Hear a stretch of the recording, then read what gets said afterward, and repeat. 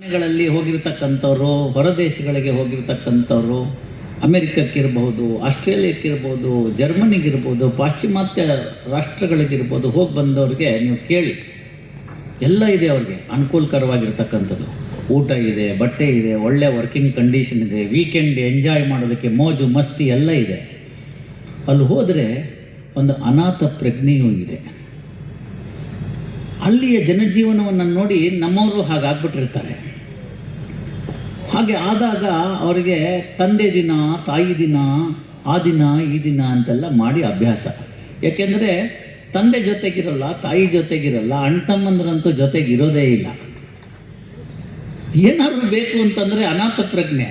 ಅದಕ್ಕೋಸ್ಕರ ಒಂದೊಂದು ದಿನ ಅಂತ ನೆನಪು ಮಾಡಿಕೊಂಡು world fathers day, world mothers day, international mothers day ಅಂತೆಲ್ಲ ಆಚರಣೆ ಮಾಡ್ತಾರೆ.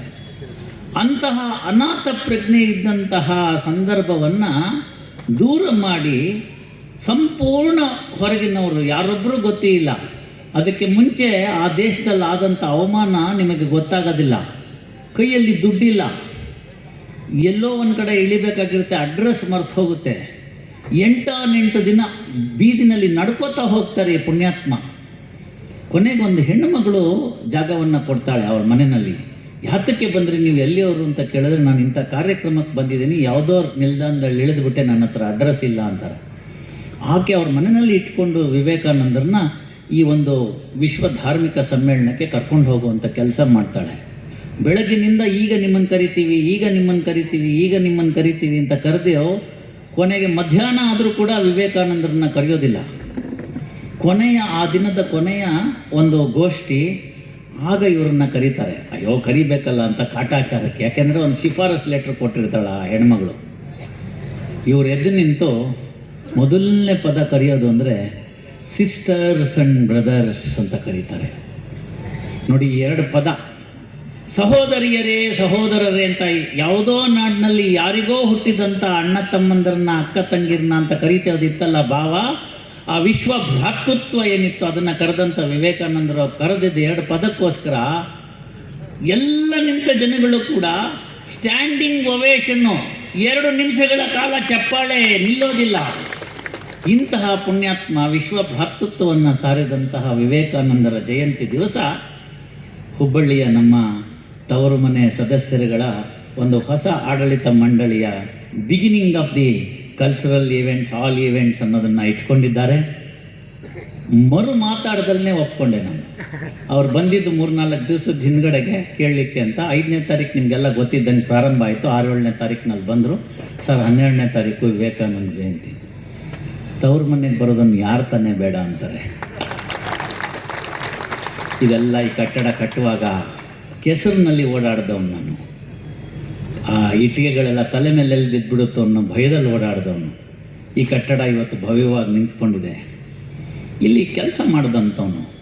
ಭಾಳ ಸಂದರ್ಭದಲ್ಲಿ ಹೇಳಿದ್ದಾರೆ. ನಾನು ಮಾತಾಡುವಾಗ ಈಗಲೂ ಭಾರತಿ ಅವ್ರು ಅಂದರು, ಏನು ಸರ್ ಇಲ್ಲಿ ಬಂದು ದೌಡ್ ಬರ್ರಿ ಅಂತೀರಿ, ಹತ್ಕೊಂಡು ನಿಂತ್ಕೊಳ್ರಿ ಅಂತೀರಿ, ಇದೆಲ್ಲ ನಿಮ್ಗೆ ಎಲ್ಲಿಂದ ಬಂದು ಅಂತ. ನಾನಂದರೆ ಧಾರವಾಡಕ್ಕೆ ಬಂದ ತಕ್ಷಣ ಈ ಡಿಕ್ಷನರಿ ಓಪನ್ ಆಗಿಬಿಡುತ್ತೆ ಅಂತ. ಎಷ್ಟೋ ಮಂದಿ ಕೇಳಿದ್ದಾರೆ, ನೀವು ಉತ್ತರ ಕರ್ನಾಟಕದವರ, ನಿಮ್ಗೇನು ಅಡ್ರೆಸ್ರು ಅಂತ. ನಾನಂದರೆ ಇಲ್ಲಪ್ಪ ನಾನು ಬೆಂಗಳೂರಿನವನು ಅಂತ. ಕಲಬುರಗಿಗೆ ಹೋದರೆ ಅಲ್ಲಿ ಅವನು ಹಾಕ್ತೀನಿ, ಧಾರವಾಡಕ್ಕೆ ಬಂದರೆ ಇಲ್ಲಿ ಅವನು ಹಾಕ್ತೀನಿ. ನನಗೆ ಎಲ್ಲ ಕಡೆನೂ ವಿಶ್ವ ಭ್ರಾತೃತ್ವದ ಸಂದೇಶಗಳಿದೆ, ತವರು ಮನೆ ಸದಸ್ಯರು ಎಲ್ಲ ಕಡೆ ಇದ್ದಾರೆ ಅಂತ. ಇಂತಹ ಒಂದು ಸದವಕಾಶವನ್ನು ನಿರ್ಮಿಸಿಕೊಟ್ರು. ಹಿರೇಮಠರ ಬಗ್ಗೆ ಭಾರತಿ ಮೇಡಮ್ ಹೇಳಿದ್ದಾರೆ, ತಮಗೆಲ್ಲ ತಿಳಿದಿರ್ತಕ್ಕಂಥದ್ದು. ಹುಟ್ಟು ಹೋರಾಟಗಾರರು. ಆ ಹಾವೇರಿ ನೀರು ಮಣ್ಣೇ ಆಗಿದೆ. ನೀವು ನೋಡ್ಕೋತಾ ಬರ್ರಿ. ಅದಕ್ಕೆ ಹೇಳೋದು ಹಾವೇರಿ ಕಡೆ ಹಾಯಬಾರ್ದು ಅಂತ. ತಮಾಷೆಗೆ ಹೇಳಿ, ಶಿಗ್ಗಾವ್ನಲ್ಲಿ ಸಿಗಬಾರ್ದು, ಹಾನಗಲ್ನಲ್ಲಿ ತೀರಬಾರ್ದು, ಇವೆಲ್ಲ ಅದಕ್ಕೆ ಹೇಳಿರೋದು. ಅಂಥ ಹುಟ್ಟು ಹೋರಾಟಗಾರರು ಬಿಡೆ ಹಿರೇಮಠರು. ಪುನಃ ಧಾರವಾಡ ಹೈಕೋರ್ಟಿನ ಭಾಗದ ನಮ್ಮ ತವರು ಮನೆ ಸದಸ್ಯರ ಪ್ರತಿನಿಧಿಯಾಗಿ ಅಧ್ಯಕ್ಷರಾಗಿದ್ದಾರೆ.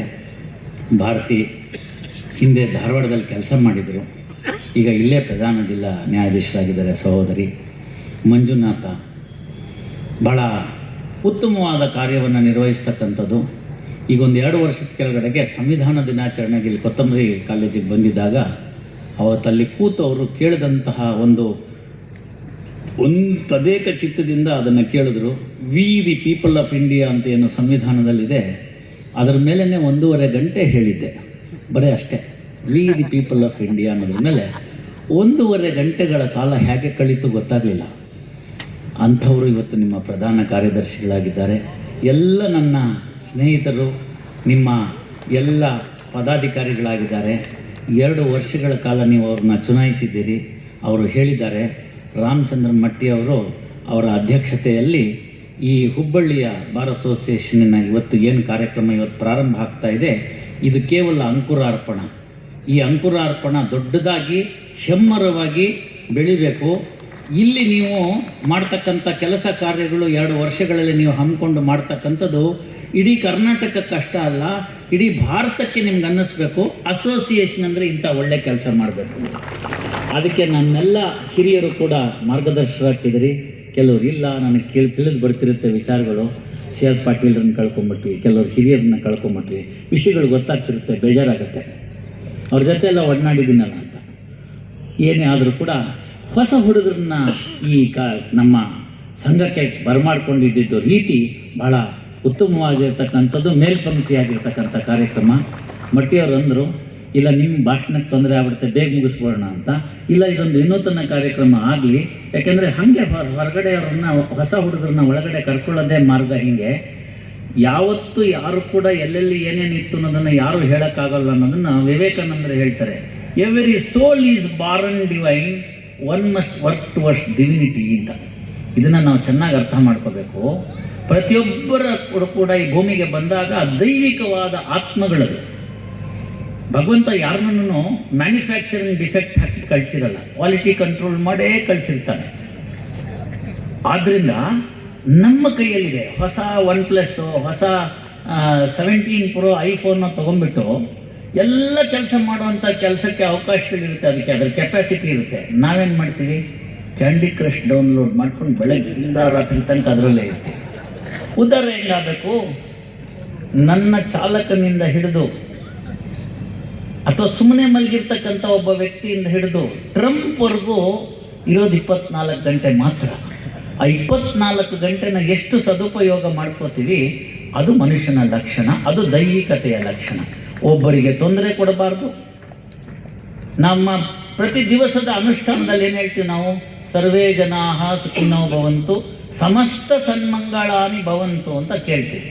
ಮಾ ಕಶ್ಚಿತ್ ದುಃಖ ವಾಗ್ ಭವೇತ್ ಅಂತ ಕೇಳ್ತೀವಿ ನಾವು. ಸರ್ವೇ ಸಂತು ನಿರಾಮಯ ಅಂತೀವಿ. ಶನ್ನೋ ಅಸ್ತು ದ್ವಿಪದೇ ಶಂಚತುಷ್ಪದೇ ಅಂತ ಕರಿತೀವಿ. ಇವೆಲ್ಲ ಇದೇ ಸರ್ ಸಂಸ್ಕೃತದಲ್ಲಿ ನಮಗೆ ಮರ್ತೋಗಿದೆ ಅಂತಂದರೆ ಬಸವಣ್ಣನ ನೆನೆಸ್ಕೊಂಬಿಡಿ, ನಮ್ಮ ಸರ್ವಜ್ಞನ ನೆನೆಸ್ಕೊಂಬಿಡಿ. ಸರ್ವಜ್ಞ ನೋಡಿ ಬೆಸ್ಟು. 3 ಲೈನಲ್ಲಿ ಹೇಳ್ಬಿಡ್ತಾನೆ, ಅನ್ನವನ್ನು ಇಕ್ಕುವುದು, ನನ್ನಿಯನ್ನು ನುಡಿಯುವುದು, ತನ್ನಂತೆ ಇತರರ ಬಗೆದೊಡೆ ಕೈಲಾಸ ಭಿನ್ನಾಣವಕ್ಕೂ ಸರ್ವಜ್ಞ ಅಂತ. ಧಾರವಾಡದಲ್ಲಿ ಬಂದು ನಾನು ಈಗ ಒಂದು 5, 6, 7, 8 ವರ್ಷದ ಕೆಳಗಡೆಗೆ ನನ್ನಿಯನ್ನು ನುಡಿಯುವುದು ಅಂದೆ. ಎಲ್ಲ ನನ್ನ ನಿಂಗೆ ನೋಡೋಕ್ಕೆ ಶುರು ಮಾಡ್ಬಿಟ್ರು. ಏನು ವಿದ್ಯಾಕಾಶಿ ಅದು ಇದು ಅಂತ ಕರೆಸ್ಕೊಂಡು ಸರ್ವಜ್ಞ ಬಂದು ಹೋದಸ್ತ್ರದ್ದು ಸರ್ವಜ್ಞನ ನಾಡಲ್ಲಿ ನನ್ನಿನ ಪದಕ್ಕೆ ನಾವು ತಡ್ಕಾಡಬೇಕಾಯ್ತು. ಹಸಿದವರಿಗೆ ಅನ್ನವನ್ನು ಈಯಲು ಬೇಕು ಅಂತ ದಾಸರು ಹೇಳ್ತಾರೆ. 9 ದಿವಸಗಳ ಕಾಲ ತಿನ್ನಕ್ಕೇನು ಇಲ್ದಲ್ಲೇ ಓಡಾಡಿದಂಥ ಪುಣ್ಯಾತ್ಮ ವಿವೇಕಾನಂದರು ಛಲ ಬಿಡಲಿಲ್ಲ. ಏನೂ ಇರಲ್ಲ ಅವ್ರ ಹತ್ರ, ಏನಂದರೆ ಏನೂ ಇರೋದಿಲ್ಲ. 9 ದಿವಸ ಕೇವಲ ನೀರು ಕುಡ್ಕೊಂಡಿರ್ತಾರೆ. ಒಬ್ಬಾಕೆ ಬಂದು ಕೊಡ್ತಾಳೆ, ಯಾವನೋ ಭಿಕ್ಷುಕ ಅಂತ ತಿಳ್ಕೊಂಡು. ಮಾರನೇ ದಿನ ಆ ಕಾರ್ಯಕ್ರಮದಲ್ಲಿ ಪೇಪರ್ನಲ್ಲಿ ಬಂದಾಗ ನೋಡ್ತಾಳೆ, I am so sorry Swamiji, I thought that you are a beggar ಅಂತಾರೆ. ಐ ವಾಸ್ ಎ ಬೆಗರ್ ಅಂತಾರೆ ಅವರು. ಅದು ದೊಡ್ಡತನ. ಹಸುವು ಹಂಗೆ ಮಾಡಿಸುತ್ತೆ. ಗೊತ್ತಿಲ್ಲದ ದೇಶ. ಅವ್ರ ಕಾರ್ಯಕ್ಷಮತೆಯನ್ನು ಮಾಡ್ಕೊಂಡು ಬರಲಿಲ್ವಾ, ಗುರಿ ಇರಲಿಲ್ವಾ ಅವ್ರಿಗೆ ಅಂತಂದರೆ ಇತ್ತು ಅಂತ. ಅನ್ನ ಹಸಿದವ್ರಿಗೆ ಕೊಡಬೇಕು. ಕಲಿಯುಗೆ ಅನ್ನಗತ ಪ್ರಾಣ ಅಂತ. ಅನ್ನ ಇಲ್ಲದಿದ್ರೆ ಆಗೋದಿಲ್ಲ. ಹಾಗಾಗಿ ಕೈಲಾಗದೇ ಇದ್ದರೆ ನಿನ್ನ ಕೈನಲ್ಲಿ ವಿವೇಕಾನಂದರು ನುಡಿಗಳೇ ಅದು. ನಿನ್ನನ್ನು ನೀನು ಉಪಯೋಗಿಸ್ಕುವಂತಹ ಪರೋಪಕಾರಾಯ ದುಹಂತಿ ಗಾವಃ, ಪರೋಪಕಾರಾಯ ಫಲಂತಿ ವೃಕ್ಷಃ, ಪರೋಪಕಾರಾಯ ವಹಂತಿ ನದ್ಯಃ, ಪರೋಪಕಾರಾರ್ಥಮಿದಂ ಶರೀರಂ ಅಂತ ಸುಭಾಷಿತ. ಏನೂ ಮಾಡೋಕ್ಕಾಗಲ್ವಾ? ಸಿದ್ಧಾರೂಢರ ಆಶ್ರಮಕ್ಕೆ ಹೋಗ್ರಿ, ಅಲ್ಲಿ ಮಠಕ್ಕೆ ಹೋಗಿ ನಿಂತ್ಕೊಳ್ರಿ. ಯಾರೋ ಮಾಡಿಟ್ರೋ ದಾಸ, ನೀವು ಕೂತ್ಕೊಂಡು ಬಡಿಸ್ರಿ, ನಿಮ್ಮ ಕೈಗೆ ಬಿದ್ದೋಗುತ್ತಾ? ಯೋಚನೆ ಮಾಡಿ, ಪುಣ್ಯಕ್ಕೆ ದಾನ ಅಲ್ವಾ? ನಾನು ಧಾರವಾಡ ಬಿಡುವಾಗ ನನ್ನ 2 ಮಕ್ಕಳನ್ನ ಕರ್ಕೊಂಡೋಗಿ ಭಕ್ತರು ಯಾರು ಲೈನಲ್ಲಿ ಕೂತಿದ್ರು ಅವ್ರಿಗೆ ಬಡಿಸು ಅಂತ ಹೇಳಿದೆ 2 ಮಕ್ಕಳಿಗೂ. ಯಾಕೆಂದರೆ ದಾಸೋಹ ಮಾಡೋದನ್ನು ಕಲಿಸ್ಕೊಡೋ ಮಾರ್ಗ ಹಾಗೆ. ಸಿದ್ಧಾರೂಢರು ನೋಡ್ಕೋತಾರೆ, ಸಿದ್ಧಾರೂಢರ ಜೋಳಿಗೆ ಜಗಕ್ಕೆಲ್ಲ ಹೋಳಿಗೆ ಅಂತ ಅರ್ಥ ಆಯ್ತಲ್ಲ. ಅವ್ರಿಗೇನು ಇಸ್ಕೊಳ್ಳಿಲ್ಲ, ಅವ್ರಿಗೇನು ಇಸ್ಕೊಳ್ಳಿಲ್ಲ. ಇಲ್ಲಿ ಕೂತವ್ರನ್ನೆಲ್ಲ ಒಂದು ಪ್ರಶ್ನೆ ಕೇಳ್ತೀನಿ. ನಿಮ್ಮ ತಂದೆ ಹೆಸರು ಹೇಳಿ ಅಂದರೆ ಎಲ್ಲರೂ ಹೇಳ್ತೀರಿ. ತಾತನ ಹೆಸರು ಹೇಳು ಅಂತಂದರೆ ಸುಮಾರು ಜನ ಹೇಳ್ತೀರಿ. ಮುತ್ತಾತನ ಹೆಸರು ಹೇಳು ಅಂತಂದರೆ ಸ್ವಲ್ಪ ತಲೆ ಕೆರ್ಕೊಂಡು ಜ್ಞಾಪಿಸ್ಕೊಂಡು ಹೇಳ್ತೀರಿ. ಅವ್ರ ತಾತನ ಹೆಸರು ಹೇಳು ಅಂತಂದರೆ ಮರ್ತೀರಿ ಅಂತೀರಿ. ಅವ್ರ ತಾತನ ಹೆಸರು ಹೇಳು ಅಂತಂದರೆ ಗೊತ್ತೇ ಇಲ್ಲರಿ ಅಂತೀರಿ. ಎದಕ್ರಿ ಅಂದರೆ ಅವ್ರು ಅಂಥದ್ದೇನು ಸಾಧಿಸಿ ಹೋಗಿಸ್ಲಿಲ್ಲ ಈ ಜಗತ್ತಿನಲ್ಲಿ. ಕೇವಲ 1863 ಹುಟ್ಟಿ 1902 ತೀರ್ಕೊಂಡಂಥ ವಿವೇಕಾನಂದರನ್ನ ಶತಮಾನ ಕಳೆದ್ರು ನಾವು ನೆನೆಸ್ಕೊತಾ ಇದ್ದೀವಿ ಅಂದರೆ ಅಂಥದ್ದು ಬಿಟ್ಟು ಹೋಗಿದ್ದಾರೆ. ಮಾನವ ಜನ್ಮ ದೊಡ್ಡದು, ಅದನ್ನು ಹಾನಿ ಮಾಡಿಕೊಳ್ಳಬೇಡಿರೋ ಹುಚ್ಚಪ್ಪಗಳಿರ ಅಂತ ಕರೆದರು ದಾಸರು. ಅಂತಹ ಮಾನವೀಯತೆಯಲ್ಲಿ ಅನ್ನವನ್ನು ಇಕ್ಕುವುದು ಮೊದಲನೇದಾಯಿತು. ನನ್ನಿಯನ್ನು ನುಡಿಯುವುದು ಅಂತ ಅದನ್ನೇ ನಾನು ಹೇಳಿದೆ. ಭಾಳ ಕಷ್ಟಪಟ್ಟರು ಕೆಲವರೆಲ್ಲ ಗೀಗಲ್ ಹಾಕಿದ್ರು. ಗೊತ್ತಾಗಿಲ್ಲ ಗೂಗಲ್ಗಿನ್ನು. ನನ್ನಿ ಅಂದರೆ ಸತ್ಯ ನುಡಿಯೋದು ಅಂತ ಅಷ್ಟೇ, ಇನ್ನೇನಿಲ್ಲ. ತನ್ನಂತೆ ಇತರರ ಬಗ್ಗೆ ದೊಡ್ಡ ಕೈಲಾಸ ಭಿನ್ನಾಣವಕ್ಕೂ ಸರ್ವಜ್ಞ ಅಂತ. ಮಟ್ಟಿಗೆ ಗಿಲ್ಲಿದ್ರೆ ನೋವಾಗುತ್ತೆ, ನನಗೆ ಗಿಲ್ಲಿದ್ರು ನೋವಾಗುತ್ತೆ. ಇಲ್ಲಿರೋರು ಯಾರು ಗಿಲ್ಲಿದ್ರು ನೋವಾಗುತ್ತೆ. ಒಂಚೂರು ಸಿಹಿ ಕೊಟ್ಟರೆ ಎಲ್ರಿಗೂ ಚಪ್ಪರ್ಸ್ಕೊಂಡು ತಿನ್ನೋಂಗಾಗುತ್ತೆ. ಇದು ಸಾಮಾನ್ಯ ಗುಣ. ನನಗೆ ನೋವಾದರೆ ಇನ್ನೊಬ್ಬನ ನೋವು ಅಂತ. ಇದನ್ನು ಎಂಪತಿ ಅಂತ ಕರೆದ್ರು ಇಂಗ್ಲೀಷ್ನಲ್ಲಿ. ಸಿಂಪತಿ ಬೇರೆ, ಎಂಪತಿ ಬೇರೆ. ಸಿಂಪತಿ ಅಂತಂದರೆ ಕರುಣೆ ಕಕ್ಲಾತಿ ತೋರಿಸ್ತಕ್ಕಂಥದ್ದು ಅಂತ. ಎಂಪತಿ ಅಂತಂದರೆ ಅವನನ್ನು ಒಬ್ಬ ಮಾನವ ಅಂತ ಕರೆಯೋದು ಅಂತ. ಈ ವಿಶ್ವ ಮಾನವ ಧರ್ಮವನ್ನು ಸಾರದಂಥವರು ವಿವೇಕಾನಂದರು. ಹಾಗಾಗಿ ವಿವೇಕಾನಂದರ ಜೀವನ ಚರಿತ್ರೆನ ಇನ್ನೊಬ್ಬರು ವಿಶ್ವಮಾನವರು ಅಂತ ಕರೆಸ್ಕೊಂಡಂಥ ಕುವೆಂಪು ಅವರು ಒಂದು ಬರೆದ್ರು. ನೋಡಿ ಎಲ್ಲಿಗೆ ಬಂದು ತಲುಪ್ತು ಅಂತ. ವಿಶ್ವಮಾನವ, ವಿಶ್ವ ಭ್ರಾತೃತ್ವ, ವಿಶ್ವಗುರು, ವಸುದೈವ ಕುಟುಂಬಕಮ್ಮನ ಚಿಂತನೆಗಳೇನಿತ್ತು, ಆ ಚಿಂತನೆಗಳನ್ನು ಜಗತ್ತಿಗೆ ಸಾರದಂಥವರು ವಿವೇಕಾನಂದರಾದರು. ಹಾಗಾದರೆ ನಾವೇನಕ್ಕೆ ಅದನ್ನು ರಾಷ್ಟ್ರೀಯ ಯುವ ದಿನಾಚರಣೆ ಅಂತ ಕರ್ಕೊಂಡ್ವಿ ಅಂತಂದರೆ, ಒಬ್ಬ ಯುವಕನಾಗಿ, ಸಾಂಸ್ಕೃತಿಕ ಪ್ರತಿನಿಧಿಯಾಗಿ, ತತ್ವಜ್ಞಾನಿಯಾಗಿ, ಅದ್ವೈತ ಸಿದ್ಧಾಂತದ ಪ್ರತಿಪಾದಕನಾಗಿ ವೇದ ವಿಜ್ಞಾನಗಳನ್ನು ಓದ್ಕೊಂಡೋಗಿ ನಿರರ್ಗಳವಾಗಿ ಇಂಗ್ಲೀಷ್ನಲ್ಲಿ ಪರದೇಶದಲ್ಲಿ ಹೇಳುವಂಥ ಸಾಮರ್ಥ್ಯವನ್ನು ಒಬ್ಬ ಯುವಕ ಇಟ್ಕೊಂಡಿದ್ನಲ್ಲ ಕಾವಿದಾರಿಯಾಗಿ. ಹಾಗಾಗಿ ಯುವಕರನ್ನು ಪ್ರತಿಬಿಂಬಿಸ್ತಕ್ಕಂಥ ವ್ಯಕ್ತಿಯಾದ ರಾಷ್ಟ್ರೀಯ ಯುವ ದಿನಾಚರಣೆ ಅಂತ ಕರೆದ್ರು. ನೋಡಿ ಅವರ ಮಾತುಗಳೇ. Every soul is born divine ಅಂತ. If Vivekananda could become a saint, ತತ್ವಜ್ಞಾನಿ at the age of 30, why can't we? ನಮ್ಗೆ ಅವ್ರದ್ದು 2 ಆಯಿತು. ಆದ್ವ ನಾವು ತತ್ವಜ್ಞಾನಿಗಳು, ಆದ್ವ ನಾವು ವಿಶ್ವಗುರು, ಆದ್ವ ನಾವು ಲೀಡ್ರು, ಆದ್ವ ನಾವು ಮಾಸ್ ಲೀಡ್ರು. ಯಾಕಾಗಲಿಲ್ಲ ಅಂತಂದರೆ ನಾವೆಲ್ಲೋ ತಾಳ ತಪ್ಪಿದ್ವಿ. ಅದಕ್ಕೆ ಪ್ರಮುಖ ಕಾರಣವಾಗಿದ್ದು ಅವರು ರಾಮಕೃಷ್ಣ ಮಠವನ್ನು ಸೇರಿದಾಗ. ಯಾವ ನರೇಂದ್ರ ದತ್ತ ಅಂತ ಕರೆಸ್ಕೊಂಡಿದ್ರು, ಆ ನರೇಂದ್ರ ದತ್ತ ವಿವೇಕಾನಂದರಾಗಿ ಹೋದಾಗ ರಾಮಕೃಷ್ಣ ಮಠದಲ್ಲಿ ರಾಮಕೃಷ್ಣ ಪರಮಹಂಸರು ಅವ್ರನ್ನ ಕರ್ಕೋತಾರೆ. ತಾಯಿ ಶಾರದೆ ದೇವಿ ಇರ್ತಾರೆ. ಅಲ್ಲಿ ಹೋಗಿ ಅಭ್ಯಾಸ ಮಾಡ್ತಾರೆ. ನಮ್ಮ ದೇಶದಲ್ಲಿರ್ತಕ್ಕಂಥ ಅತ್ಯದ್ಭುತವಾದ ಜ್ಞಾನ ಭಂಡಾರವನ್ನು ಅವರು ಸವಿತಾರೆ. ಆವಾಗ ಅನಿಸುತ್ತೆ, ಮೃಷ್ಟಾನ್ನ ಭೋಜನ ಇದ್ದಾಗ 2 ಮಿನಿಟ್ಸ್ ಮ್ಯಾಗಿಗೆ ನಾನು ಸೋತೋದನ್ನ ಅನ್ಸೋದಕ್ಕೆ ಶುರು ಆಗಿಬಿಡುತ್ತೆ. ಆಗ ಅವ್ರಿಗೆ ಅನಿಸುತ್ತೆ, ಇಂತಹ ಉತ್ತಮವಾಗಿರ್ತಕ್ಕಂಥ ತತ್ವವನ್ನು ಪ್ರಪಂಚಕ್ಕೆ ಹೇಳಿಬಿಟ್ರೆ ಪ್ರಪಂಚ ಪೂರ್ತಿ ಶಾಂತಿ ಸುವ್ಯವಸ್ಥೆಯಿಂದ ಕಾಪಾಡ್ತಕ್ಕಂಥ ಅವಕಾಶಗಳು ಸಿಕ್ಕುತ್ತೆ. ಹಾಗಾಗಿ ಅದನ್ನು ನಾನು ವಿಶ್ವ ಧಾರ್ಮಿಕ ಸಮ್ಮೇಳನದಲ್ಲಿ ಪ್ರಸ್ತುತಪಡಿಸ್ತೀನಿ ಅಂತ ಚಿಂತನೆ ಮಾಡ್ಕೊತಾ ಹೋಗ್ತಾರೆ. ಭಾರತದಾದ್ಯಂತ ಪರ್ಯಟನೆ ಮಾಡ್ತಾರೆ. ಬೆಂಗಳೂರಿಗೆ ಸಹ ಬಂದಿದ್ದರು, ಮಡಿಕೇರಿ ಭಾಗಕ್ಕೆ ಹೋಗಿದ್ರು. ನನಗೆ ತುಂಬ ಜನ ಕೇಳ್ತಾರೆ, ಸರ್ ಅವ್ರು ಸಿಗರೇಟ್ ಸೇರ್ತಿದ್ರಂತೆ, ಹೌದಾ ಅಂತ. ನಾನು ಕೇಳಿದೆ, ಹೌದಪ್ಪ, ನಿನಗೇನು ತೊಂದರೆ ಅದರಿಂದ ಅಂತ. ಅಲ್ಲ, ನಾನು ಸೇರ್ತೀನಿ ಅಂತ. ನೀನು ವಿಶ್ವ ಧಾರ್ಮಿಕ ಸಮ್ಮೇಳನಕ್ಕೆ ಹೋಗು, ಒಂದು ಭಾಷಣ ಮಾಡು, ಆಮೇಲೆ ಸಿಗರೇಟ್ ಸೇರು ಅಂತಂದೆ. ಅಲ್ಲಿಂದ ಆಚೆ ಮಾತು ನಿಂತೋಯ್ತು. ನೋಡಿ, ನಮ್ಮ ಜನಕ್ಕೆ ಏನಾಗಿದೆ ಅಂದರೆ, ಒಬ್ಬ ವ್ಯಕ್ತಿಯ ಔನ್ನತ್ಯವನ್ನು ನಾವು ನೋಡ್ದಲ್ಲೇ ಅವ್ರು ಯಾರೋ ಚುಟ ಸೇದಿದ್ದೋ ಸಿಗರೇಟ್ ಸೇದಿದ್ದನೋ ದೊಡ್ಡದು ಮಾಡ್ಕೊತಾ ಹೋಗ್ತೀವಿ. ಅವರು ಅದನ್ನು ತಪ್ಪು ಅಂತ ಎಲ್ಲೂ ಹೇಳ್ಕೊಳಕ್ಕಾಗಲ್ಲ. ನಾನು ಆ ಕ್ಷಣ ಬಿಟ್ಟೆ ಅಂತ ಹೇಳ್ತಾರೆ. ನಮಗೆ ಬಿಡೋಕ್ಕೆ ಸಾಧ್ಯವ? ನಾವು ಬಿಟ್ಟಿರ್ತೀವಿ ಮುಂದಿನ ಸಿಗರೇಟ್ ಸೇದೋ ತನಕ.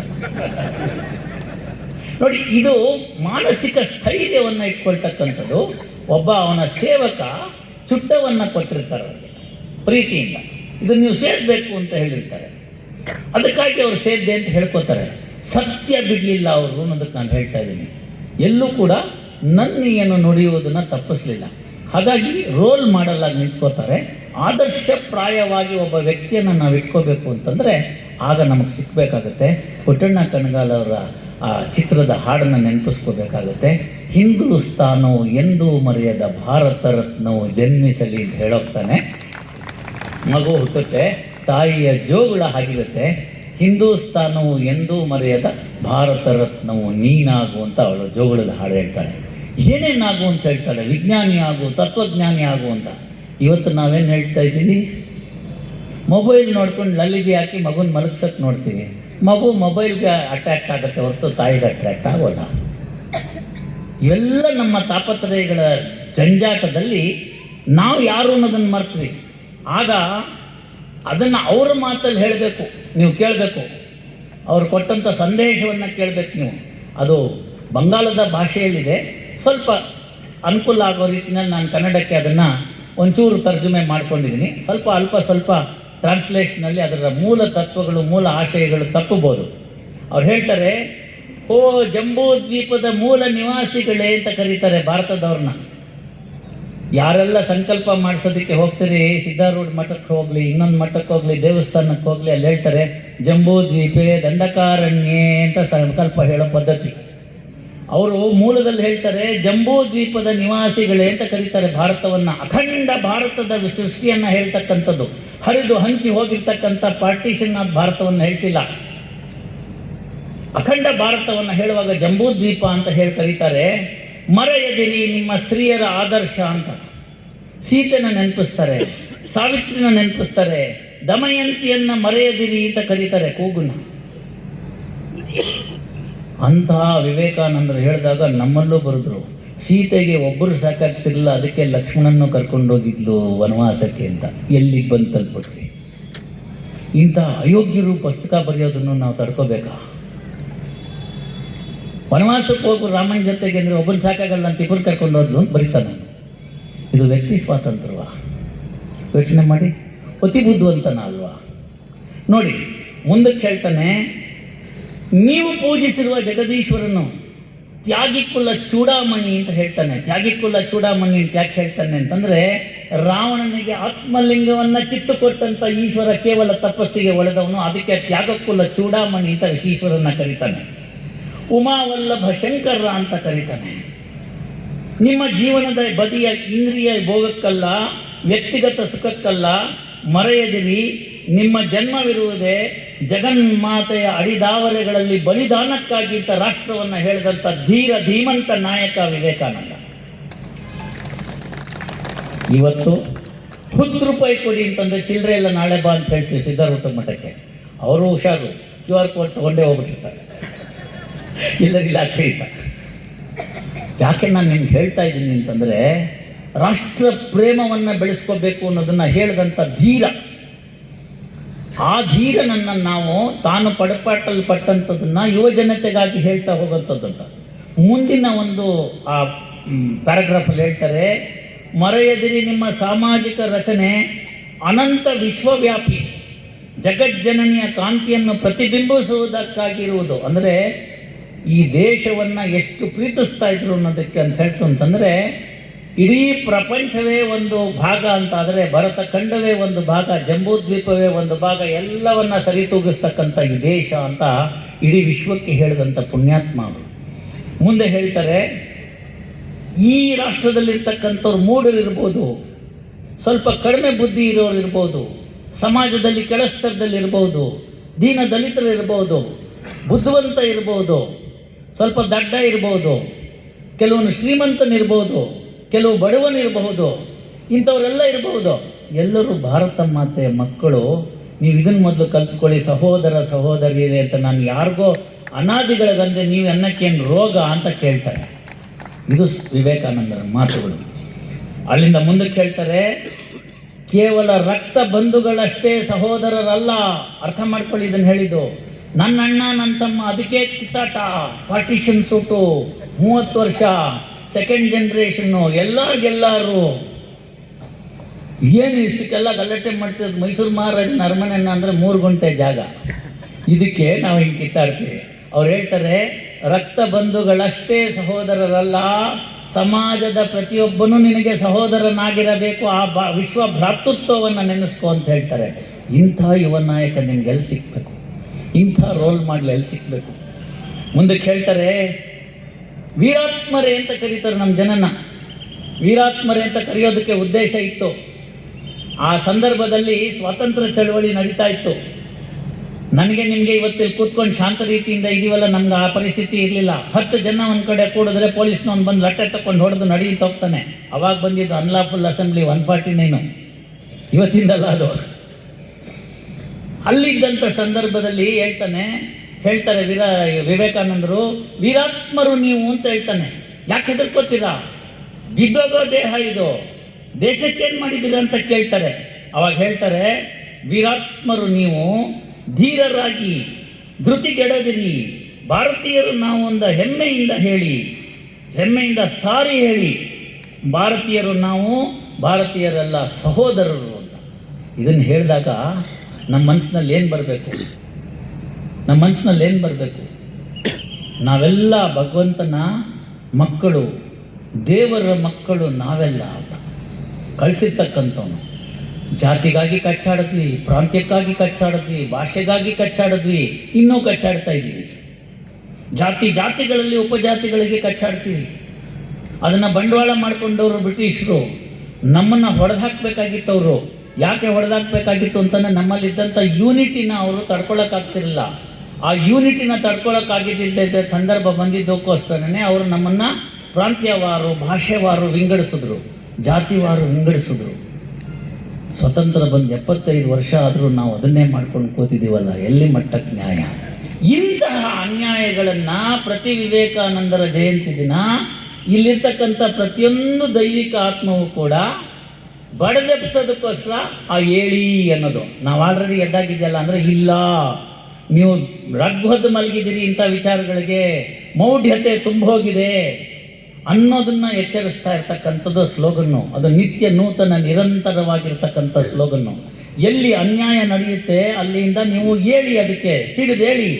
ವೀರಾತ್ಮರು ನೀವು, ಭಾರತ ಮಾತೆಯ ಮಕ್ಕಳು ನಾವು, ಯಾತಕ್ಕೂ ಹೆದರ್ಕೋಬೇಡಿ, ಹೇಳಿ, ಎದ್ದೇಳಿ, ಗುರಿ ತಲುಪೋ ತನಕ ನಿಲ್ಲದಿರಿ, ಮುಟ್ಟದಿರಿ, ಹೋಂಗೆ ಕಾಮಯಾಬ್ ಅಂತ ಅದನ್ನು ಕನ್ನಡದಲ್ಲಿ ಮಾಡಿದ್ದಾರೆ, ಉತ್ತಮವಾಗಿರ್ತಕ್ಕಂಥದ್ದು. ನಾವು ಗೆಲ್ತೀವಿ ಒಂದು ದಿನ ಅಂತ. ಆ ಗೆಲ್ತೀವಿ ನಾವು ಒಂದು ದಿನ ಅನ್ನೋದನ್ನು, ಆ ಒಂದು ದಿನ ನಾಳೆನೇ ಸಾಕಾರ ಮಾಡ್ಕೋಬೇಕು. ಕನಸನ್ನು ಕಾಣಬೇಕು, ಮುಂದೆ ಗುರಿ ಇರಬೇಕು, ಹಿಂದೆ ಗುರು ಇರಬೇಕು, ಓಡ್ತಕ್ಕಂಥ ಛಲ ಇರಬೇಕು, ದೇಶಾಭಿಮಾನ ಇರಬೇಕು. ಜಾಯಮಾನೋ ಭವತಿ ತ್ರೈಋಣಾಹ ಅಂತ. ಈ ಭೂಮಿಗೆ ಬರ್ತಾ ಇರ್ತಕ್ಕಂಥ ಸಂದರ್ಭದಲ್ಲಿ 3 ಋಣವನ್ನು ಹೊಟ್ಟು ಬಂದಿರ್ತೀವಿ ಅನ್ನೋದು ನಮ್ಮ ಹಿಂದೂ ಧರ್ಮದ ಭಾಗ. ಯಾಕೆ ಅಂತಂದರೆ, ತಂದೆ ತಾಯಿಗಳು ನಿಮಗೆ ಜನ್ಮವನ್ನು ಕೊಟ್ಟಿದ್ದಾರೆ, ಅದರಿಂದ ಅದು ಪಿತೃ ಋಣವಾಯಿತು. ನೀವು ಯಾವ ಗೋತ್ರದವರು ಅಂತ ಕೇಳ್ತು ಅಂತಂದರೆ, ಇವತ್ತಿನ ದಿವಸ ಅಮೆರಿಕದಲ್ಲಿ ಬಹಳ ದೊಡ್ಡ ಗಲಾಟೆ ನಡೀತಾ ಇದೆ. ಅದು ಟ್ರೇಸಿಂಗ್ ದೇರ್ ಆನ್ಸಿಸ್ಟರ್ಸ್ ಅಂತ ಒಂದು ವೆಬ್ಸೈಟೇ ಇದೆ. ಅವ್ರಿಗೆ ಭಾಳ ಬೇಜಾರಾಗೋಯ್ತು. ಟ್ರೇಸ್ ಮಾಡಿ ನೋಡ್ತಾರೆ, ಯಾರು ಅತ್ಯಂತ ಬಿಳಿಯರು ಅಂತ, ಶ್ರೇಷ್ಠರು ಅಂತ ಕರ್ಕೋತಾರೆ, ಅವ್ರ ಪೂರ್ವಜರೆಲ್ಲ ಕರಿಯರ್ ಆಗಿದ್ದರು ಅಂತ. ಒಂದು ದೊಡ್ಡ ಆಂದೋಲನ ನಡೀತು ಅಮೆರಿಕದಲ್ಲಿ. ಅದು ಯಾಕೆಂದರೆ ಅನಾಥ ಪ್ರಜ್ಞೆಗೋಸ್ಕರ ಅಂತ. ಬ್ರಿಟಿಷರು ಅಲ್ಲೂ ಹೋಗಿ ಕಲ್ಲು ಕಾಲೋನಿ ಮಾಡಿತ್ತು. ಅವ್ರ ಜೊತೆಗೆ ಸೇರ್ಕೊಂಡಾದವರೆಲ್ಲ ಬಿಳಿರಾದ್ರು. ನೀವು ಅರ್ಥ ಮಾಡ್ಕೋಬೇಕು, DNA ಸತ್ತಿಲ್ಲ ಅನ್ನೋದನ್ನು. ಹಾಗಾಗಿ ಯಾವಾಗ ನಮ್ಮ ತಂದೆ ತಾಯಿಗಳು ನಮಗೆ ಜನ್ಮವನ್ನು ಕೊಟ್ಟರು, ಅದಕ್ಕಾಗಿ ಒಂದು ಪಿತೃ ಋಣ ಅಂತ ಆಯಿತು. ನನ್ನನ್ನು ಚೆನ್ನಾಗಿಟ್ಟಿದ್ಯಲ್ಲಪ್ಪ, ಇವತ್ತು ಈ ಸ್ಥಿತಿನಲ್ಲಿ ಇಟ್ಟಿದ್ಯಾ. ಎಷ್ಟೋ ಜನಕ್ಕೆ ಅನ್ನ ಇಲ್ಲ. ಪ್ರಪಂಚದ 8ನೇ ಅದ್ಭುತ ಯಾವುದು ಅಂತ ಒಂದು ಕೇಳ್ತಾರೆ. ನಿಮ್ಮಲ್ಲಿಗೆಲ್ಲ ಯಾರಿಗಾರು ಗೊತ್ತಿರುತ್ತೆ, ತಾಜ್ ಮಹಲ್ ಅದು ಇದು ಅಂತೆಲ್ಲ ಹೇಳ್ಬಿಡ್ತೀವಿ. 8ನೇ ಅದ್ಭುತ ನಾಳೆ ಬೆಳಗ್ಗೆ ಎದ್ದಾಗ ನಿಮಗೆಲ್ಲ ಮನವರಿಕೆ ಆಗಬೇಕು. ಹಿಂಗೆ ಕಂಡುಬಿಟ್ಟಿದ ತಕ್ಷಣ ಗಡಿಯಾರ ಕಾಣಬೇಕು, ಮೊಬೈಲಲ್ಲಿದೆ ಅಂತ ಹುಡುಕ್ಬೇಕು. ಇದು ಮೊದಲನೇ ಅದ್ಭುತ. ಹಿಂಗೆ ಕಾಲು ಮಂಚದಿಂದ ಇಳಿಯಕ್ಕೆ ಹೋಯ್ತು ಅಂತಂದರೆ ಕಾಲು ಕೆಲಸ ಮಾಡಬೇಕು, ಅದು 8ನೇ ಅದ್ಭುತ. ಕೈಲಿ ತಗೊಂಡು ಹಿಂಗಂದ್ರೆ ಸ್ವೈಪ್ ಆಗಬೇಕು, ಅವಾಗ ಹೆಬ್ಬೆಟ್ ಕೆಲಸ ಮಾಡ್ತಿದೆ, 8ನೇ ಅದ್ಭುತ. ರಾತ್ರಿ ಎಲ್ಲ ಮಲಗಿರ್ತೀರಿ, ನೆಗಡಿ ಆಗಿಬಿಟ್ಟಿದೆ ಅಂತ ಸೀದಿದ್ರೆ ಮೂಗಿಂದ ಸಿಂಬಳ ಬರಬೇಕು, ಅದು 8ನೇ ಅದ್ಭುತ. ಹಲ್ಲೆಲ್ಲ ಕೆಟ್ಟು ವಾಸನೆ ಬರ್ತಿದೆ, ಅದು ಮೂಗಿಗೆ ಬಡಿಬೇಕು, ಅದಕ್ಕೆ ಹೋಗಿ ವಾಶ್ ಬೇಸಿನ್ಗೆ ಹೋಗಿ ನಡ್ಕೊಂಡು ಹೋಗಿ ನೀರು ತಗೊಂಡು ಬಾಯಿ ತೊಳ್ಕೊಬೇಕು. ಅದು 8ನೇ ಅದ್ಭುತ. ಕೈ ಸಹಕಾರ ಮಾಡಬೇಕು, ಕಾಲು ಸಹಕಾರ ಮಾಡಬೇಕು, ಬುದ್ಧಿ ಸಹಕಾರ ಮಾಡಬೇಕು. ಇವತ್ತು ಮಲಗಿದ ವ್ಯಕ್ತಿ ನಾಳೆ ಬೆಳಗ್ಗೆ ಲಪ್ಪ ಹೊಡೆಸ್ಕೊಂಡು ಹೇಳಲ್ಲ ಅಂತ ಗ್ಯಾರಂಟಿ ಏನು? ಇವತ್ತು ಮಲಗಿದ ವ್ಯಕ್ತಿ ನಾಳೆ ಬೆಳಗ್ಗೆ ಕೇಳ್ತಾನೆ ಅಂತ ಗ್ಯಾರಂಟಿ ಏನು? ಕಾಣುತ್ತೆ ಅವನಿಗೆ ಅಂತ ಗ್ಯಾರಂಟಿ ಏನು? ಗ್ಲುಕೋಮಾ ಆಗ್ಬೋದಲ್ವಾ? 2ನೇ ಮಹಾಮಾರಿ ಕೋವಿಡ್-19 ಕೋವಿಡ್-26 27 ಬರಲ್ಲ ಅಂತ ಗ್ಯಾರಂಟಿ ಏನ್ರಿ? ಯೋಚನೆ ಮಾಡಿ. ಇಲ್ಲೇ ನಮ್ಮ ಧಾರವಾಡದಲ್ಲೇ ನರೇಂದ್ರ ಅಂತ ಅಡ್ವೊಕೇಟ್, ನಾನು ಆ ಸರಿ ಬಂದಿದ್ದಾಗ ಅಂತೂ ನರೇಂದ್ರ ಹೋಗ್ಬಿಟ್ರು ಸರ್. ನನ್ನ ಮುಂದೆ ತುಂಬ ಪ್ರಾಕ್ಟೀಸ್ ಮಾಡೋರು. ಅಯ್ಯೋಪ್ಪ ಪ್ರಯತ್ನಿಸ್ಬಿಟ್ಟು ಬಳ್ಳಾರಿನಲ್ಲಿ ಬೆಳಗಾವಿನಲ್ಲಿ ಮುಳವಾಡಿ ಮಠರು 4 ದಿನದ ಹಿಂದೆ ನನ್ನ ಮುಂದೆ ಅಪೇರ್ ಆಗಿದ್ರು. ಮಾರದಿನ ಕೇಸ್ ಕರಿತೀನಿ, ಮುಳವಾಡಿ ಮಠರು ಇಲ್ಲ ಅನಿಸ್ಬಿಟ್ರು. ಪಾಪ ಅವ್ರ ಮಗನಿಗೆ ನಾನು ಏನೋ ಒಂದು ಸನ್ಮಾನ ಮಾಡೋ ಒಂದು ಸಂದರ್ಭ ಬಂದಾಗ ಭಾಳ ನೊಂದ್ಕೊಂಡ್ಬಿಟ್ಟೆ ನಾನು. ಇಲ್ಲೂ ಆಗಿದ್ದಾರೆ, ಹುಬ್ಬಳ್ಳಿನಲ್ಲೂ ಆಗಿದ್ದಾರೆ, ಡಾಕ್ಟ್ರುಗಳು ಹೋಗ್ಬಿಟ್ಟಿದ್ದಾರೆ, ತುಂಬ ಜನ ಹೋಗ್ಬಿಟ್ಟಿದ್ದಾರೆ ಕೋವಿಡ್ನಲ್ಲಿ. ಅಂತಕನ್ನ ದೂತರಿಗೆ ಕಿಂಚಿತ್ತೂ ದಯವಿಲ್ಲ ಅಂತ ದಾಸರು ಎಚ್ಚರಿಸ್ತಾರೆ. ಇಲ್ಲಿರ್ತಕ್ಕಂಥವ್ರು ನನ್ನನ್ನು ಸೇರಿ ಇಲ್ಲಿರ್ತಕ್ಕಂಥವ್ರು ಎಲ್ಲರಿಗೂ ಪುಣ್ಯವಂತರು ನಾವು, ವೀರಾತ್ಮರು ನಾವು. ಭಗವಂತ ನಮ್ಮನ್ನು ಉಳಿಸ್ಬಿಟ್ಟಿದ್ದಾನೆ ಕೋವಿಡಿಂದ. ಅವ್ನಿಗೆ ಗೊತ್ತಾಗಿದೆ ಇವೆಲ್ಲ ಮೇನ್ ಎಕ್ಸಾಮಲ್ಲಿ ಫೇಲ್ ಆಗಿರೋವು ಅಂತ. ಸಪ್ಲಿಮೆಂಟ್ರಿ ಬರೆಯೋಕ್ಕೆ ಚಾನ್ಸ್ ಕೊಟ್ಟಿದ್ದಾನೆ. ಸಪ್ಲಿಮೆಂಟ್ರಿ ಎಕ್ಸಾಮ್ ಎಷ್ಟು ಚೆನ್ನಾಗಿ ಬರೀತೀರಾ ನೋಡಿ, ಹೆಂಗೆ ರೆಡಿ ಆಗ್ತೀರಾ ನೋಡಿ. ಹಸಿದವರಿಗೆ ಅನ್ನ ಇಟ್ಟಿದ್ದೀರಾ ಯೋಚನೆ ಮಾಡಿ. ಸಿದ್ಧಾರೂಢರು ಜಾತ್ರೆಗೆ ಹೋಗಿ ನೀವು ಪಾಲ್ಗೊಂಡಿದ್ದೀರಾ ನೋಡಿ. ಕಾರ್ತಿಕದಲ್ಲಿ ಬರೋ ಅಮಾವಾಸ್ಯೆಗೆ ಒಂದು ತೊಟ್ಟಿ ಎಣ್ಣೆ ಹಾಕಿ ಒಂದು ದೀಪ ಹಚ್ಚಿ ಬಂದಿದ್ದೀರಾ ಲಕ್ಷ ದೀಪೋತ್ಸವಕ್ಕೆ ನೋಡಿ. ಯೋಚನೆ ಮಾಡ್ಕೊಳ್ಳಿ ಮನಸ್ಸಿನಲ್ಲಿ. ಅದೆಲ್ಲ ಮಾಡಿಲ್ಲದೆ ಹೋದರೆ ಸೆಕೆಂಡ್ರಿ ಸಪ್ಲಿಮೆಂಟ್ರಿ ಚಾನ್ಸ್ ಕೊಟ್ಟಿದ್ದಾನೆ, ಈಗ ಮಾಡಿಬಿಡಿ. ಮುಂದಿನ ಕೋವಿಡ್ ಬರುತ್ತೆ ಯಾವಾಗ ಯಾರು ಗೊತ್ತು. ನೋಡಿದ್ರಾ, ಈ ಜೀವನ ಕ್ಷಣಿಕ ಅಂತಾಯಿತು, ಇದು ಭಗವಂತನ ದಯೆ ಅಂತಾಯಿತು. ಅದನ್ನು ಜೇಡ್ರ ದಾಸಿಮಯ್ಯ ಬರೀತಾನೆ. ಇಳೆ ನಿನ್ನ ದಾನ, ಇಳೆ ಅಂದರೆ ಭೂಮಿ, ಈ ಭೂಮಿ ನಿನ್ನ ದಾನ, ಮಳೆ ನಿನ್ನ ದಾನ. 1135 ವರ್ಷಗಳಾದಮೇಲೆ ಬೆಂಗಳೂರಿನಲ್ಲಿ ಜನವರಿನಲ್ಲಿ ಮಳೆ ಬಂತು ಅಂತ ಮೆಟ್ರೋಲಾಜಿಕಲ್ ಡಿಪಾರ್ಟ್ಮೆಂಟ್ ಅವ್ರು ಹಾಕಿದ್ದಾರೆ. ಮಳೆ ನಿನ್ನ ದಾನ, ಬೀಸೋ ಸುಳಿ ಗಾಳಿಯು ನಿನ್ನ ದಾನವಯ್ಯ ಅಂತಾನೆ. ಮೋಡವನ್ನು, ಮಳೆ ಹೊತ್ತ ಮೋಡಗಳನ್ನು, ಮಾರುತಗಳನ್ನು ತಗೊಂಡು ಬಂದು ಯಲ್ಲಾಪುರದ ಘಟ್ಟದಲ್ಲಿ ಆ ಬಂಡೆಗಳಿಗೆ, ಬೆಟ್ಟಗಳಿಗೆ, ಮರಗಳಿಗೆ ಡಿಕ್ಕಿ ಹೊಡಿಸಿ ಮಳೆ ಸುರಿಸಿ ಅದನ್ನು ಮತ್ತು ಗಾಳಿ ಬಂದು ಹುಬ್ಬಳ್ಳಿ ತನಕ ಮಳೆ ಬರಬೇಕು ಅಂದರೆ ಸುಮ್ಮನೆ ಆಗಲ್ಲ. ನೀವೆಷ್ಟು ದೊಡ್ಡ ಫ್ಯಾನ್ ಹಾಕಿದ್ರು ಇಲ್ಲಿ ತನಕ ಗಾಳಿ ಬರೋಲ್ಲ. ಬೀಸೋ ಸುಳಿ ಗಾಳಿಯು ನಿನ್ನ ದಾನವಯ್ಯ ಅಂತಾನೆ. ನಿನ್ನ ದಾನವನ್ನುಂಡು ಅನ್ಯರನ್ನು ಪಗೊಳ್ಳುವ ಕುನ್ನಿಗಳನ್ನ ಬಿಡೆ ರಾಮನಾಥ ಅಂತಾನೆ ಜೇಡ್ರ ದಾಸಿಮಯ್ಯ. ಎಂಥ ವಚನ ಅಲ್ವಾ? ಅಂಥ ದೇವ್ರಿಗೆ ಒಂದು ಋಣ ಇಲ್ವಾ ನಮಗೆ? ಇಲ್ಲಿ ಹುಟ್ಟಿಸಿದ್ನಲ್ಲ, ನಮ್ಮ ಕೈಕಾಲು ಗಟ್ಟಿ ಇಟ್ಟಿದ್ದಾನಲ್ಲ, ಬೇಡವಾ ಋಣ? ಪಿತೃ ಋಣ ಆಯಿತು, ದೈವ ಋಣ ಆಯಿತು. 3ನೇ ಋಣ ಯಾವುದು ಅಂದರೆ ಋಷಿ ಋಣ ಅಂತ. ನೋಡಿ, ಬಹಳ ಜನ ಋಷಿ ಅಂದರೆ ನಮಗೆ ಚಂದಮಾಮ ಬಾಲಮಿತ್ರದಲ್ಲಿ ಹಾಕ್ಕೊಟ್ಟಿರೋ ಕತೆ, ಕಾಮಿಕ್ಸಲ್ಲಿ ತೋರಿಸ್ಬಿಟ್ಟಿರೋದು ಒಂದು ಮರ, ಅದ್ರ ಕೆಳಗಡೆ ಕಾವಿ ಶಾಖೆ ಉಟ್ಕೊಂಬಿಟ್ಟು ಒಂದು ದಂಡ ಕಮಂಡ್ಲಿ ಇಟ್ಕೊಂಬಿಟ್ಟು ಗಡ್ಡ ಬಿಟ್ಬಿಟ್ಟು ಕೂತಿರೋನು ಅಂತ, ಹಿಂಗೆಲ್ಲೋ ನೋಡ್ಕೊಂಡಿರೋನು ಅಂತ. ಅದೆಲ್ಲ ಋಷಿ ಅಂದರೆ. ವಿವೇಕಾನಂದರು ನಮಗೆ ಋಷಿ ಆಗಬೇಕು, ಅಬ್ದುಲ್ ಕಲಾಂ ನಮ್ಗೆ ಋಷಿ ಆಗಬೇಕು, ವಿಜ್ಞಾನಿಗಳು ನಮಗೆ ಋಷಿ ಆಗಬೇಕು, ನ್ಯಾಯಾಂಗದಲ್ಲಿ ಕೆಲಸ ಮಾಡಿದಂಥ ಪುಣ್ಯಾತ್ಮರುಗಳು ನಮ್ಗೆ ಋಷಿ ಆಗಬೇಕು. PN ಸೆನ್ ಅಂತ, ಇನ್ನೊಮ್ಮೆ ಅದನ್ನು ಹೇಳ್ತೀನಿ ನಿಮ್ಮ ಅಸೋಸಿಯೇಷನ್ ಬಂದಾಗ, ಪುಣ್ಯಾತ್ಮ ಇದೇ ಥರನೇ, ಅವರು ಬೆಂಗಾಲದವ್ರನ್ನೇ, ಅವನು ನಮಗೆ ಋಷಿ ಆಗಬೇಕು. ಪಾಶ್ಚಿಮಾತ್ಯ ದೇಶದಿಂದ ಬಂದು ಇಲ್ಲಿ ಏರ್ಫೋರ್ಸ್ನಲ್ಲಿ ಸೈನಿಕನಾಗಿ ಸೇರಿಕೊಂಡು ಏರ್ಫೋರ್ಸ್ ಅಧಿಕಾರಿಯಾಗಿ ಬಂದಂಥ ಡೈರೆಕ್ಟ್ ಅಂತ ಹೆಸರೇ ಕೇಳಿರಲ್ಲ ನಾವು ಹಿಂದುಲ್ಲಾನಲ್ಲಿ, ಅವನು ನಮಗೆ ಋಷಿ ಆಗಬೇಕು. ಇಂಥ 10 ಹಲವು ಜನಗಳು ನಮಗೆ ಋಷಿ ಆಗಬೇಕು. ಯಾಕೆ ಋಷಿಯಾಗಿ ಕಾಣ್ತಾರೆ ಅವರು ಅಂತಂದರೆ, ತಮ್ಮ ಸ್ವಾರ್ಥವನ್ನು ಬಿಟ್ಟು ಜನಕ್ಕಾಗಿ ಇಂಥ ಕೆಲಸ ಮಾಡಿದ್ದಾರೆ. ನಾನೇನು ಎಲ್ಲ ಸಾಹೇಬರು ಹೇಳ್ತಾರೆ, ಸಾಹೇಬ್ರು ಪಾಪ ತುಂಬ ಬಹು ಕೆಲಸಗಳನ್ನ ಬಿಟ್ಟು ಬಂದರು ಅಂತ. ಆ ಋಷಿಗಳನ್ನ ನೆನೆಸ್ಕೊಂಡ್ರೆ ನಾವೆಲ್ಲೂ ಬೋರ್ಡಲ್ಲೇ ಇಲ್ಲ, ಫ್ರೇಮಲ್ಲೇ ಇಲ್ಲ. ನಾವು ತಿಳಿದಿದ್ದನ್ನು ಇನ್ನೊಬ್ಬರಿಗೆ ನಿಸ್ವಾರ್ಥವಾಗಿ ಕೊಡುವಂಥ ಕೆಲಸ ಆಗಬೇಕು. ತಿಳಿದಂಥ ಜ್ಞಾನವನ್ನು ನನಗೆ ಗುರುಗಳು ಕೊಟ್ಟಿದ್ದರೆ ಅದನ್ನು ಮುಂದುವರಿಸಬೇಕು. ಹೊಸ ಹುಡುಗರು ಇವತ್ತು 140 ಜನ 161 ಜನ ಹುಬ್ಬಳ್ಳಿ ಬಾರಕ್ಕೆ ಸೇರಿದಾರಲ್ಲ, ಅವ್ರಿಗೆ ಅರ್ಥ ಆಗಬೇಕು ನಮ್ಮ ದೇಶದ ನ್ಯಾಯಾಂಗ ವ್ಯವಸ್ಥೆ ಹೆಂಗಿತ್ತು ಅಂತ, ಪ್ರಾಚೀನ ನ್ಯಾಯಾಂಗ ವ್ಯವಸ್ಥೆ ಹೆಂಗಿತ್ತು ಅಂತ ಕೇಳಬೇಕು. ಆ ಕಾರಣಕ್ಕೋಸ್ಕರ ಶಿವಮೊಗ್ಗದಲ್ಲಿ ಹೋಗಿ ಮಾತಾಡ್ಕೊಂಡು ಬಂದಿದ್ದು ನಾನು. ಎಂತೆಂಥ ದೊಡ್ಡ ದೊಡ್ಡ ವ್ಯಕ್ತಿಗಳಿದ್ರು, ಅವರೆಲ್ಲ ಋಷಿಗಳಾದರು. ವೈದ್ಯರುಗಳಲ್ಲಿ ಎಂತೆಂಥ ಪುಣ್ಯಾತ್ಮರುಗಳಾಗೋದ್ರು, ಅವರೆಲ್ಲ ಋಷಿಗಳಾಗಬೇಕು. ಕಣ್ಣು ಕೊಟ್ಟಂಥ ಪುಣ್ಯಾತ್ಮ ಮೋದಿ, MC ಮೋದಿ ನಮಗೆ ಋಷಿಯಾಗಿ ಕಾಣಬೇಕು. ಕ್ರಿಕೆಟ್ ಆಟದಲ್ಲಿ ಮಾಡಿದಂಥವ್ರು ನಮ್ಗೆ ಋಷಿಯಾಗಿ ಕಾಣಬೇಕು. ಆರಕ್ಷಕ ದಳದಲ್ಲಿ ನಾವು ಪ್ರಾಣವನ್ನು ತ್ಯಾಗ ಮಾಡಿದಂಥ ಪೊಲೀಸ್ ಸಿಬ್ಬಂದಿಗಳು ನಮಗೆ ಋಷಿಯಾಗಿ ಕಾಣಬೇಕು. ಅಲ್ಲಿ ಸಿಯಾಚಿನ್ನಲ್ಲಿ -40 ಡಿಗ್ರಿ, ಪ್ರಪಂಚದಾದ್ಯಂತ ಅಂತ ಯುದ್ಧ ಭೂಮಿನೇ ಇಲ್ಲ. ಒಂದು ಕ್ಷಣ ಬಿಟ್ಟರೆ ಕೈಕಾಲೆಲ್ಲ ಕೊಳೆತು ಹೋಗುವಂಥ ಚಳಿನಲ್ಲಿ ದೇಶ ರಕ್ಷಣೆಗಾಗಿ ನಿಂತಿರ್ತಕ್ಕಂಥ ಯೋಧರು ನಮಗೆ ಋಷಿಯಾಗಿ ಕಾಣಬೇಕು. ಇಂಥ ಋಷಿ ಋಣವನ್ನು 3ನೇ ಋಣ ಅಂತ ಕರೆದ್ರು. ಜಾಯಮಾನೋ ಭವತಿ ತ್ರೈಋಣ ಆಯಿತು, ದೈವ ಋಣ ಆಯಿತು, ಪಿತೃಋಣ ಆಯಿತು, ನಂತರ ಋಷಿ ಋಣ ಆಯಿತು. 4ನೇ ಋಣವನ್ನು ವಿವೇಕಾನಂದರು ಇಷ್ಟು ಕಠಿಣವಾಗಿ ಹೇಳಿದ್ರು ಇಲ್ವೋ, ನಾನಂತೂ ಹೇಳೋನೆ ಆ 4ನೇ ಋಣನೇ ರಾಷ್ಟ್ರ ಋಣ ಅಂತ.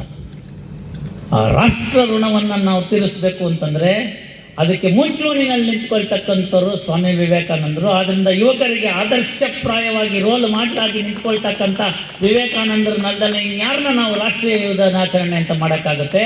ಆ ಕಾರಣಕ್ಕೋಸ್ಕರ ರಾಷ್ಟ್ರೀಯ ಯುವ ದಿನಾಚರಣೆನ 12ನೇ ತಾರೀಕು ಜನವರಿನ ಆರಿಸ್ಕೊಂಡಿದ್ದಾರೆ. ಅವರು ನನ್ನ ಕಣ್ಣು ಮುಂದೆ ನಿಲ್ತಕ್ಕಂಥ ರೋಲ್ ಮಾಡಲಾಗ್ತಾರೆ. ಅವರು ನಡೆದಂಥ ದಾರಿ, ಅವರು ಹಾಕಿಕೊಟ್ಟಂಥ ವಿಚಾರಗಳು, ಇವುಗಳನ್ನ ದಿನಕ್ಕೆ ಒಂದು ದಿವಸದಲ್ಲಿ, ವರ್ಷದಲ್ಲಿ ಒಂದು ದಿವಸ ನಾವು ಚಿಂಗಾರಿ ಅಂತ ಇದನ್ನು ಹಚ್ಚಿಸ್ಕೊಂಡು ಆ ಬೆಂಕಿಯಿಂದ ಇಡೀ ವರ್ಷವನ್ನು ನಾವು ಕಾರ್ಯಕ್ರಮಗಳನ್ನ ರೂಪಿಸ್ಕೊಳ್ತಾ ದಿನಕ್ಕೊಂದು ಅವ್ರು ಹೇಳಿದಂಥ ಸೂಕ್ತಿಯನ್ನು ಅನುಷ್ಠಾನ ಮಾಡ್ಕೊಂಡು ಬಂದ್ಬಿಟ್ರೆ ಅವತ್ತಿನ ದಿವಸ ನೋಡಿ ಇಲ್ಲಿರ್ತಕ್ಕಂಥ ಪ್ರತಿಯೊಬ್ಬರು ಕೂಡ ಒಬ್ಬೊಬ್ಬರು ಋಷಿಗಳಾಗೋದ್ರಲ್ಲಿ ಯಾವುದೇ ಸಂದೇಹವಿಲ್ಲ. ಒಂದು ದಿನ ಸೂರ್ಯ ರಜಾ ಕೇಳಿದ್ನಂತೆ. ಇದು ಇಲ್ಲಿ ಆಫ್ ಆಗೋಗ್ಬಿಟ್ರೆ ಜನ್ರೇಟ್ರ್ ಬರ್ದೇ ನೀವೆಲ್ಲ ಮೊಬೈಲಿಂದ ಹಿಂಗೆ ನಂಗೆ ಲೈಟ್ ಹಾಕ್ತೀರಿ. ಅಂಥದ್ರಲ್ಲಿ ಇಡೀ ಜಗತ್ತನ್ನು ಬೆಳೀತಕ್ಕಂಥ ಸೂರ್ಯ ರಜಾ ಕೇಳಿಬಿಡ್ತಾನೆ. ನಿಮಗೆಲ್ಲ ಗೊತ್ತು, ರಜಾ ಅಂದರೆ ಕೊಡ್ತೀವಿ ನಾವು ಅಂತ. ಭಾರತಿ ಮೇಡಮ್ ಕೇಳ್ತಾರೆ ನಾಳೆ ಬೆಳಗ್ಗೆ ರಜಾನ ಹೇಳ್ತಾರೆ, ಹೂ ಈಸ್ ಯುವರ್ ಇನ್ಚಾರ್ಜ್ ಅಂತ. ಅಂದ್ರಾಳಿಗೆ ಇನ್ಚಾರ್ಜ್ ಕೇಳಬೇಕು, ಅಂದ್ರಾಳು ನಾನು ಆಗಲ್ಲ ಅಂದ್ಬಿಡ್ತಾರೆ. ಏನು ಮಾಡೋದು? ಹೀಗೆ ಸೂರ್ಯನು ರಜಾ ಕೇಳ್ದ. ವಿಷ್ಣು ಗ್ರಾಂಟಿಂಗ್ ಅಥಾರಿಟಿ, ಆಯ್ತಪ್ಪ ಕೊಡ್ತೀನಿ, ಅದಕ್ಕೇನಂತೆ ಶೋಮಿ ಯುವರ್ ಇನ್ಚಾರ್ಜ್ ಅಂದ. ಚಂದ್ರನ ಹತ್ರ ಹೋದ. ಚಂದ್ರ ಅಂದ, ನೀನಿದ್ರೆ ತಾನೇ ನನ್ನ ಬೆಳಕು, ನೀನೇ ಇಲ್ದಿದ್ರೆ ನನಗೆಲ್ಲಿ ಬೆಳಕು, ನನಗಿಲ್ಲ, ನಾನಾಗಲ್ಲ ಅಂತ. ಪ್ರತಿಯೊಬ್ಬರೂ ಹೀಗೆ ಕಳ್ಕೊತಾ ಬಂದ. ಯಾರೂ ಕೂಡ ಸೂರ್ಯನಿಗೆ ಇನ್ಚಾರ್ಜ್ ಆಗಕ್ಕೆ ಒಪ್ಪಲಿಲ್ಲ, ಯಾರೂ ಒಪ್ಪಲಿಲ್ಲ. ಮತ್ತೇನು ಮಾಡೋದು ಅಂತ ಪಾಪ ಭಾಳ ನಿರಾಸೆಯಿಂದ ಸೂರ್ಯ ವಾಪಸ್ ವಿಷ್ಣು ಹತ್ರ ಬರ್ತಾನೆ. ಸಂಜೆ ವೇಳೆಗೆ ಜೋಲ್ ಮುಖ, ಯಾಕೋ ಸೂರ್ಯ ಅಂತಂದರೆ ಯಾರೂ ಇನ್ಚಾರ್ಜ್ ಸಿಕ್ಕಲಿಲ್ಲಪ್ಪ ಅಂತ ಹೇಳ್ತಾರೆ. ಇವರಂದರು ಬೆಳಕಿನಲ್ಲಿ ಬೆಳಕು ಅಂತ. ಇಲ್ಲೊಂದು ದೀಪ ಹಚ್ಚಿಟ್ಟಿತ್ತಲ್ಲ ನಾವು, ಆ ಥರ ಒಂದು ಸಣ್ಣ ಹಣತೆ.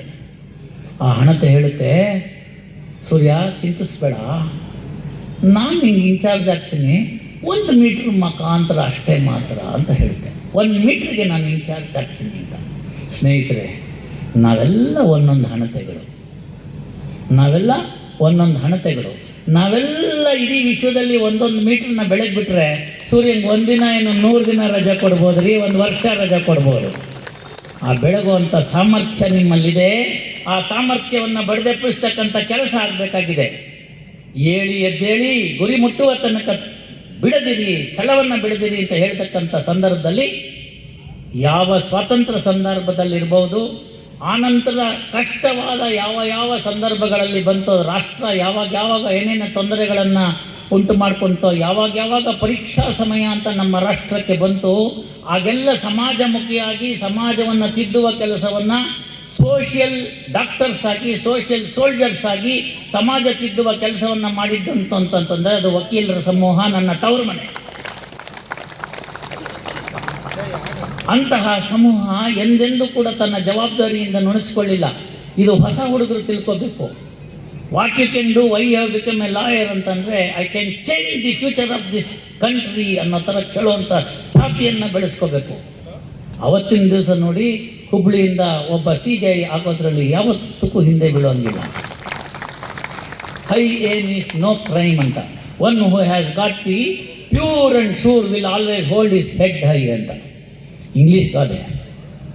ಯಾರಿಗೆ ಇಲ್ಲಿ ಪಾವಿತ್ರತೆ ಇರುತ್ತೆ, ಎದೆ ಮುಟ್ಟಿ ಹೇಳ್ಕೊತಾನೆ ನಾನು ನ್ಯಾಯಯುತವಾಗಿದ್ದೀನಿ ಅಂತ, ಆವಾಗ ನೋಡಿ ತನ್ನಿಂದ ತಾನೇ ವಾಯ್ಸು ಎಷ್ಟು ಗಟ್ಟಿಯಾಗಿ ಬರುತ್ತೆ. ಕಣ್ಣಲ್ಲಿಟ್ಟು ಮಾತಾಡುತ್ತೆ. ತಲೆ ಎತ್ತಿ ಹೇಳ್ತಾನೆ, ನಾನು ಈ ರಾಷ್ಟ್ರಕ್ಕಾಗಿ ಕೆಲಸ ಮಾಡ್ತಿದ್ದೀನಿ ಅಂತಾನೆ. ಎದೆ ಉಬ್ಬಿಸಿ ನಿಂತ್ಕೋತಾನೆ.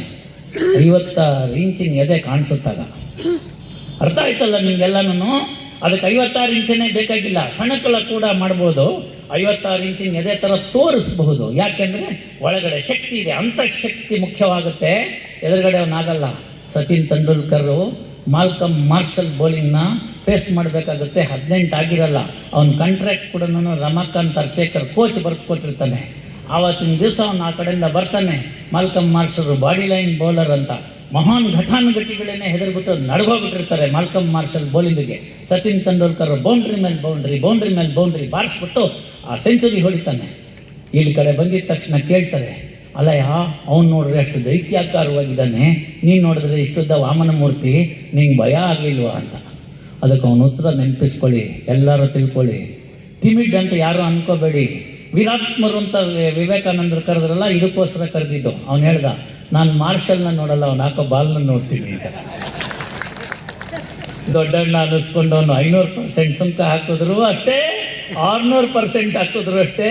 ನಾವೆಲ್ಲ ಗಟ್ಟಿಯಾಗಿದ್ದೀವಿ, ನೀನು ಎಷ್ಟಾರು ಹಾಕು ಅಂತ ಹೇಳು ಅಂತ ಹೇಳಿ ಎದ್ದೇಳಿ ಆಗಬೇಕು. ಅದಕ್ಕೆ ನಮ್ಮ ಯುವಜನರು ಸಹಾಯಕ್ಕೆ ಬರಬೇಕು. ನಮ್ಮ ಎಲ್ಲ ಹಿರಿಯ ಅನುಭವಿ ವಕೀಲರುಗಳೇನಿದ್ದಾರೆ ಅವ್ರ ಹತ್ರ ಅದಕ್ಕೆ ಬೇಕಾಗಿರ್ತಕ್ಕಂಥ ಸೂತ್ರ ಇದೆ, ಅವ್ರು ಮಾಡಿಕೊಟ್ಟಿರ್ತಕ್ಕಂಥ ಪ್ಲ್ಯಾನ್ ಇದೆ. ಹಳೆ ಬೇರು ಹೊಸ ಚಿಗುರು ಅಂತ ಈ ಒಂದು ಹುಬ್ಬಳ್ಳಿಯ ಒಂದು ವಕೀಲರ ಸಂಘದ ಮುಖಾಂತರ, ಈ ವಿವೇಕಾನಂದ ಜಯಂತಿಯ ಮುಖಾಂತರ ನಾವು ಯಾವುದಕ್ಕೆ ಹೇಳಬೇಕು ಅಂತಂದರೆ, ರಾಷ್ಟ್ರಕ್ಕೆ ಒದಗಿರುವ ಆಪತ್ತಿನ ವಿರುದ್ಧ ಹೇಳಬೇಕು. ರಾಷ್ಟ್ರದಲ್ಲಿ ಆಗ್ತಿರ್ತಕ್ಕಂಥ ಅನ್ಯಾಯಕ್ಕೆ ನಾವು ಸೆಡ್ಡು ಹೊಡೆದು ನಿಂತ್ಕೋಬೇಕು, ಎದ್ದೇಳಬೇಕು, ಧ್ವನಿ ಕೂಡಿಸ್ಬೇಕು, ಅದಕ್ಕಾಗಿ ಕೆಲಸ ಮಾಡಬೇಕು. ಕಲಾಂ ಒಂದು ಕಡೆ ಹೇಳ್ತಾರೆ, world is not suffering from violence of many but is suffering from silence of many ಅಂತ. ದಯಮಾಡಿ ಅರ್ಥ ಮಾಡ್ಕೊಳ್ಳಿ. ಅನ್ಯಾಯನ ಒಬ್ಬ ಎದ್ದು ನಿಂತ್ಕೊಂಡು ಹೇಳೋದನ್ನು ಕೂಡ ಅನ್ಯಾಯನೇ. ಅದು 100 ಜನ, 1000 ಜನ, 1,00,000 ಜನ ನಿಂತ್ಕೊಂಡು ಅನ್ಯಾಯನ ನ್ಯಾಯ ಅಂತಂದರೆ ಅದಾಗೋದಿಲ್ಲ. ಯಾವ ದ್ರೌಪದಿ ವಸ್ತ್ರಾಪಹರಣದ ಸಂದರ್ಭ, ಮಾತೆಯರು ವಿಶೇಷವಾಗಿ ಹೆಣ್ಣು ಮಕ್ಕಳು ಇದನ್ನು ತಿಳ್ಕೋಬೇಕು. ಯಾರಾದರೂ ನಾಳೆಯಿಂದ ವಸ್ತ್ರಾಪಹರಣ ಅಂತ ಅನ್ನಕ್ಕೆ ಹೋದರೆ ನೋ ಸರ್ ಅನ್ನಿ, ಅದು ನೆಗೆಟಿವಿಟಿ, ಅದು attempted outraging modesty of the woman ಅಷ್ಟೇ. ವಸ್ತ್ರಾಕ್ಷಯ ಅನ್ನಿ, ಪಾಸಿಟಿವ್ ಆಗಿ ಬರುತ್ತೆ. ಆ ಭಗವಂತ ಅವನನ್ನು ಕಾಪಾಡ್ದ. ವೀರಾದಿ ವೀರರಾದ ಪಂಚ ಪಾಂಡವರು ಸಹ ಮಾಡೋಕ್ಕಾಗಲಿಲ್ಲ, ಎಲ್ಲ ಪುಣ್ಯಾತ್ಮರುಗಳಿದ್ದು ಮಾಡೋಕ್ಕಾಗಲಿಲ್ಲ. ಕೃಷ್ಣ ಅಂತ ಕರೆದ್ಲು, ಕೃಷ್ಣ ಸಹಾಯಕ್ಕೆ ಬಂದ. ಅದನ್ನು ವೀರಾತ್ಮರು ಅಂತ ಕರೆದಿದ್ದು. ತ್ಯಾಗ ಚೂಡಾಮಣಿ ಅಂತ ಬರೆದಿದ್ದು ವಿವೇಕಾನಂದರು ಅಂತ ಪರಮಾತ್ಮನನ್ನು. ಅಂತಹ ಸಂದರ್ಭದಲ್ಲಿ ಒಬ್ಬ ನಿಂತ್ಕೊಂಡು ಎದುರಿಸ್ತಾನೆ ಇಡೀ ಸಭೆನ. ಧೃತರಾಷ್ಟ್ರ ಬರೇ ಮೇಲಿನಿಂದ ಕುರುಡನಲ್ಲ, ಅಂತಃಚಕ್ಷುವಿಂದನೂ ಕುರುಡ. ಅವನು ಅಯೋಗ್ಯ ರಾಜ. ಅವನು ತನ್ನದೇ ವಂಶದ ಒಂದು ಹೆಣ್ಮಗಳಿಗೆ ತನ್ನದೇ ಮಕ್ಕಳಿಂದ ಅನ್ಯಾಯ ಆಗ್ತಿದೆ, ಅವನ ಕೈನಲ್ಲಿ ತಡಿಲಿಕ್ಕಾಗಲಿಲ್ವಾ? ಹಾಗಾದರೆ ಆ ಪವರ್ ಏನಕ್ಕೆ ಇರಬೇಕು? ಇನ್ಹರೆಂಟ್ ಪವರ್ ಅಂತ 482ನೋ 32ನೋ ಇದೇನಕ್ಕೆ 136 ಕಿತ್ತು ಬಿಸಾಕಂತ ಪವರ್ನ ನೀವು ಮಾಡ್ತಿರೋದು ತಪ್ಪು ಅಂತ ಹೇಳಬೇಕಾಗಿತ್ತು. ಗಾಂಧಾರಿ ಹೆಣ್ಣುಮಗಳು ಅಡ್ಡ ಬರಬೇಕಾಗಿತ್ತು. ಮೊದಲು ನನ್ನ ಸೀರೆ ಸೆಳಿ, ಆಮೇಲೆ ದ್ರೌಪದಿ ಸೆಳಿ ಅಂತ ಕೇಳಿದ್ರೆ ಏನು ಮಾಡ್ತಿದ್ದ? ಧೃತರಾಷ್ಟ್ರ, ದುರ್ಯೋಧನ, ದುಶ್ಯಾಸನ ಬರಲಿಲ್ಲ. ಕರ್ಣ ಅವನದೇ ಐಡಿಯಾ ಇದು ಅಯೋಗ್ಯಂದು. ಯಾಕೆಂದರೆ ಅವನು ಹೋಗಿರ್ತಾನೆ ಮತ್ಸ್ಯಂತದಲ್ಲಿ, ಫೇಲ್. ಅವನು ದೇವದಾಸ, ಹಳೇ ಪ್ರೇಮಿ ಮೇಲೆ ಇನ್ನೂ ಆಸೆ ಇಟ್ಕೊಂಡು ಈ ಥರ ಮಾಡ್ಕೊಳ್ಳೋಕೆ ನೋಡ್ತಿರೋ ಅಯೋಗ್ಯ. ಅವನು ದಾನಶೂರ ಕರ್ಣ ಅಂತ ನಾವು ಕರಿತೀವಿ, ತಪ್ಪು. ಯೋಚನೆ ಮಾಡಿ, ಇವರೆಲ್ಲ 149 ಸೇರ್ಕೊಂಡ್ಬಿಟ್ರು. ಕಾಮನ್ ಪ್ರಿಪಾಸಿಟರ್ಸು ಭೀಷ್ಮ ಕೇಳಬೇಕಾಗಿತ್ತು. ಅವನೇ ಕರ್ಕೊಂಬಂದು ಮದುವೆ ಮಾಡಿದ್ದು ಗಾಂಧಾರಿನ ದುರ್ಯೋಧನಂಗೆ, ಧೃತರಾಷ್ಟ್ರನಿಗೆ. ದುರ್ಯೋಧನಾದಿ ದುರ್ ಅಂತ ಅವ್ರ ಹೆಸರುಗಳೆಲ್ಲ ಅಂಥದ್ದೇ. ಒಬ್ಳು ತಂಗಿ, ಅವಳ ಹೆಸರು ದುಶ್ಯಲೆ ಅಂತ. ಎಲ್ಲ ನೋಡಿ ಇಲ್ಲನೇ ಶುರು ಆಗುತ್ತೆ, ಆಯಿತಾ? ಅಂಥವನು ಕಾಮನ್ ಪ್ರಿಪಾಸಿಟರ್ಸು. ಪಾಂಡುಕನನ್ನು ಕುಂತಿನ ತಂದವನು, ಧೃತರಾಷ್ಟ್ರನಿಗೆ ಗಾಂಧಾರಿನ ತಂದವನು.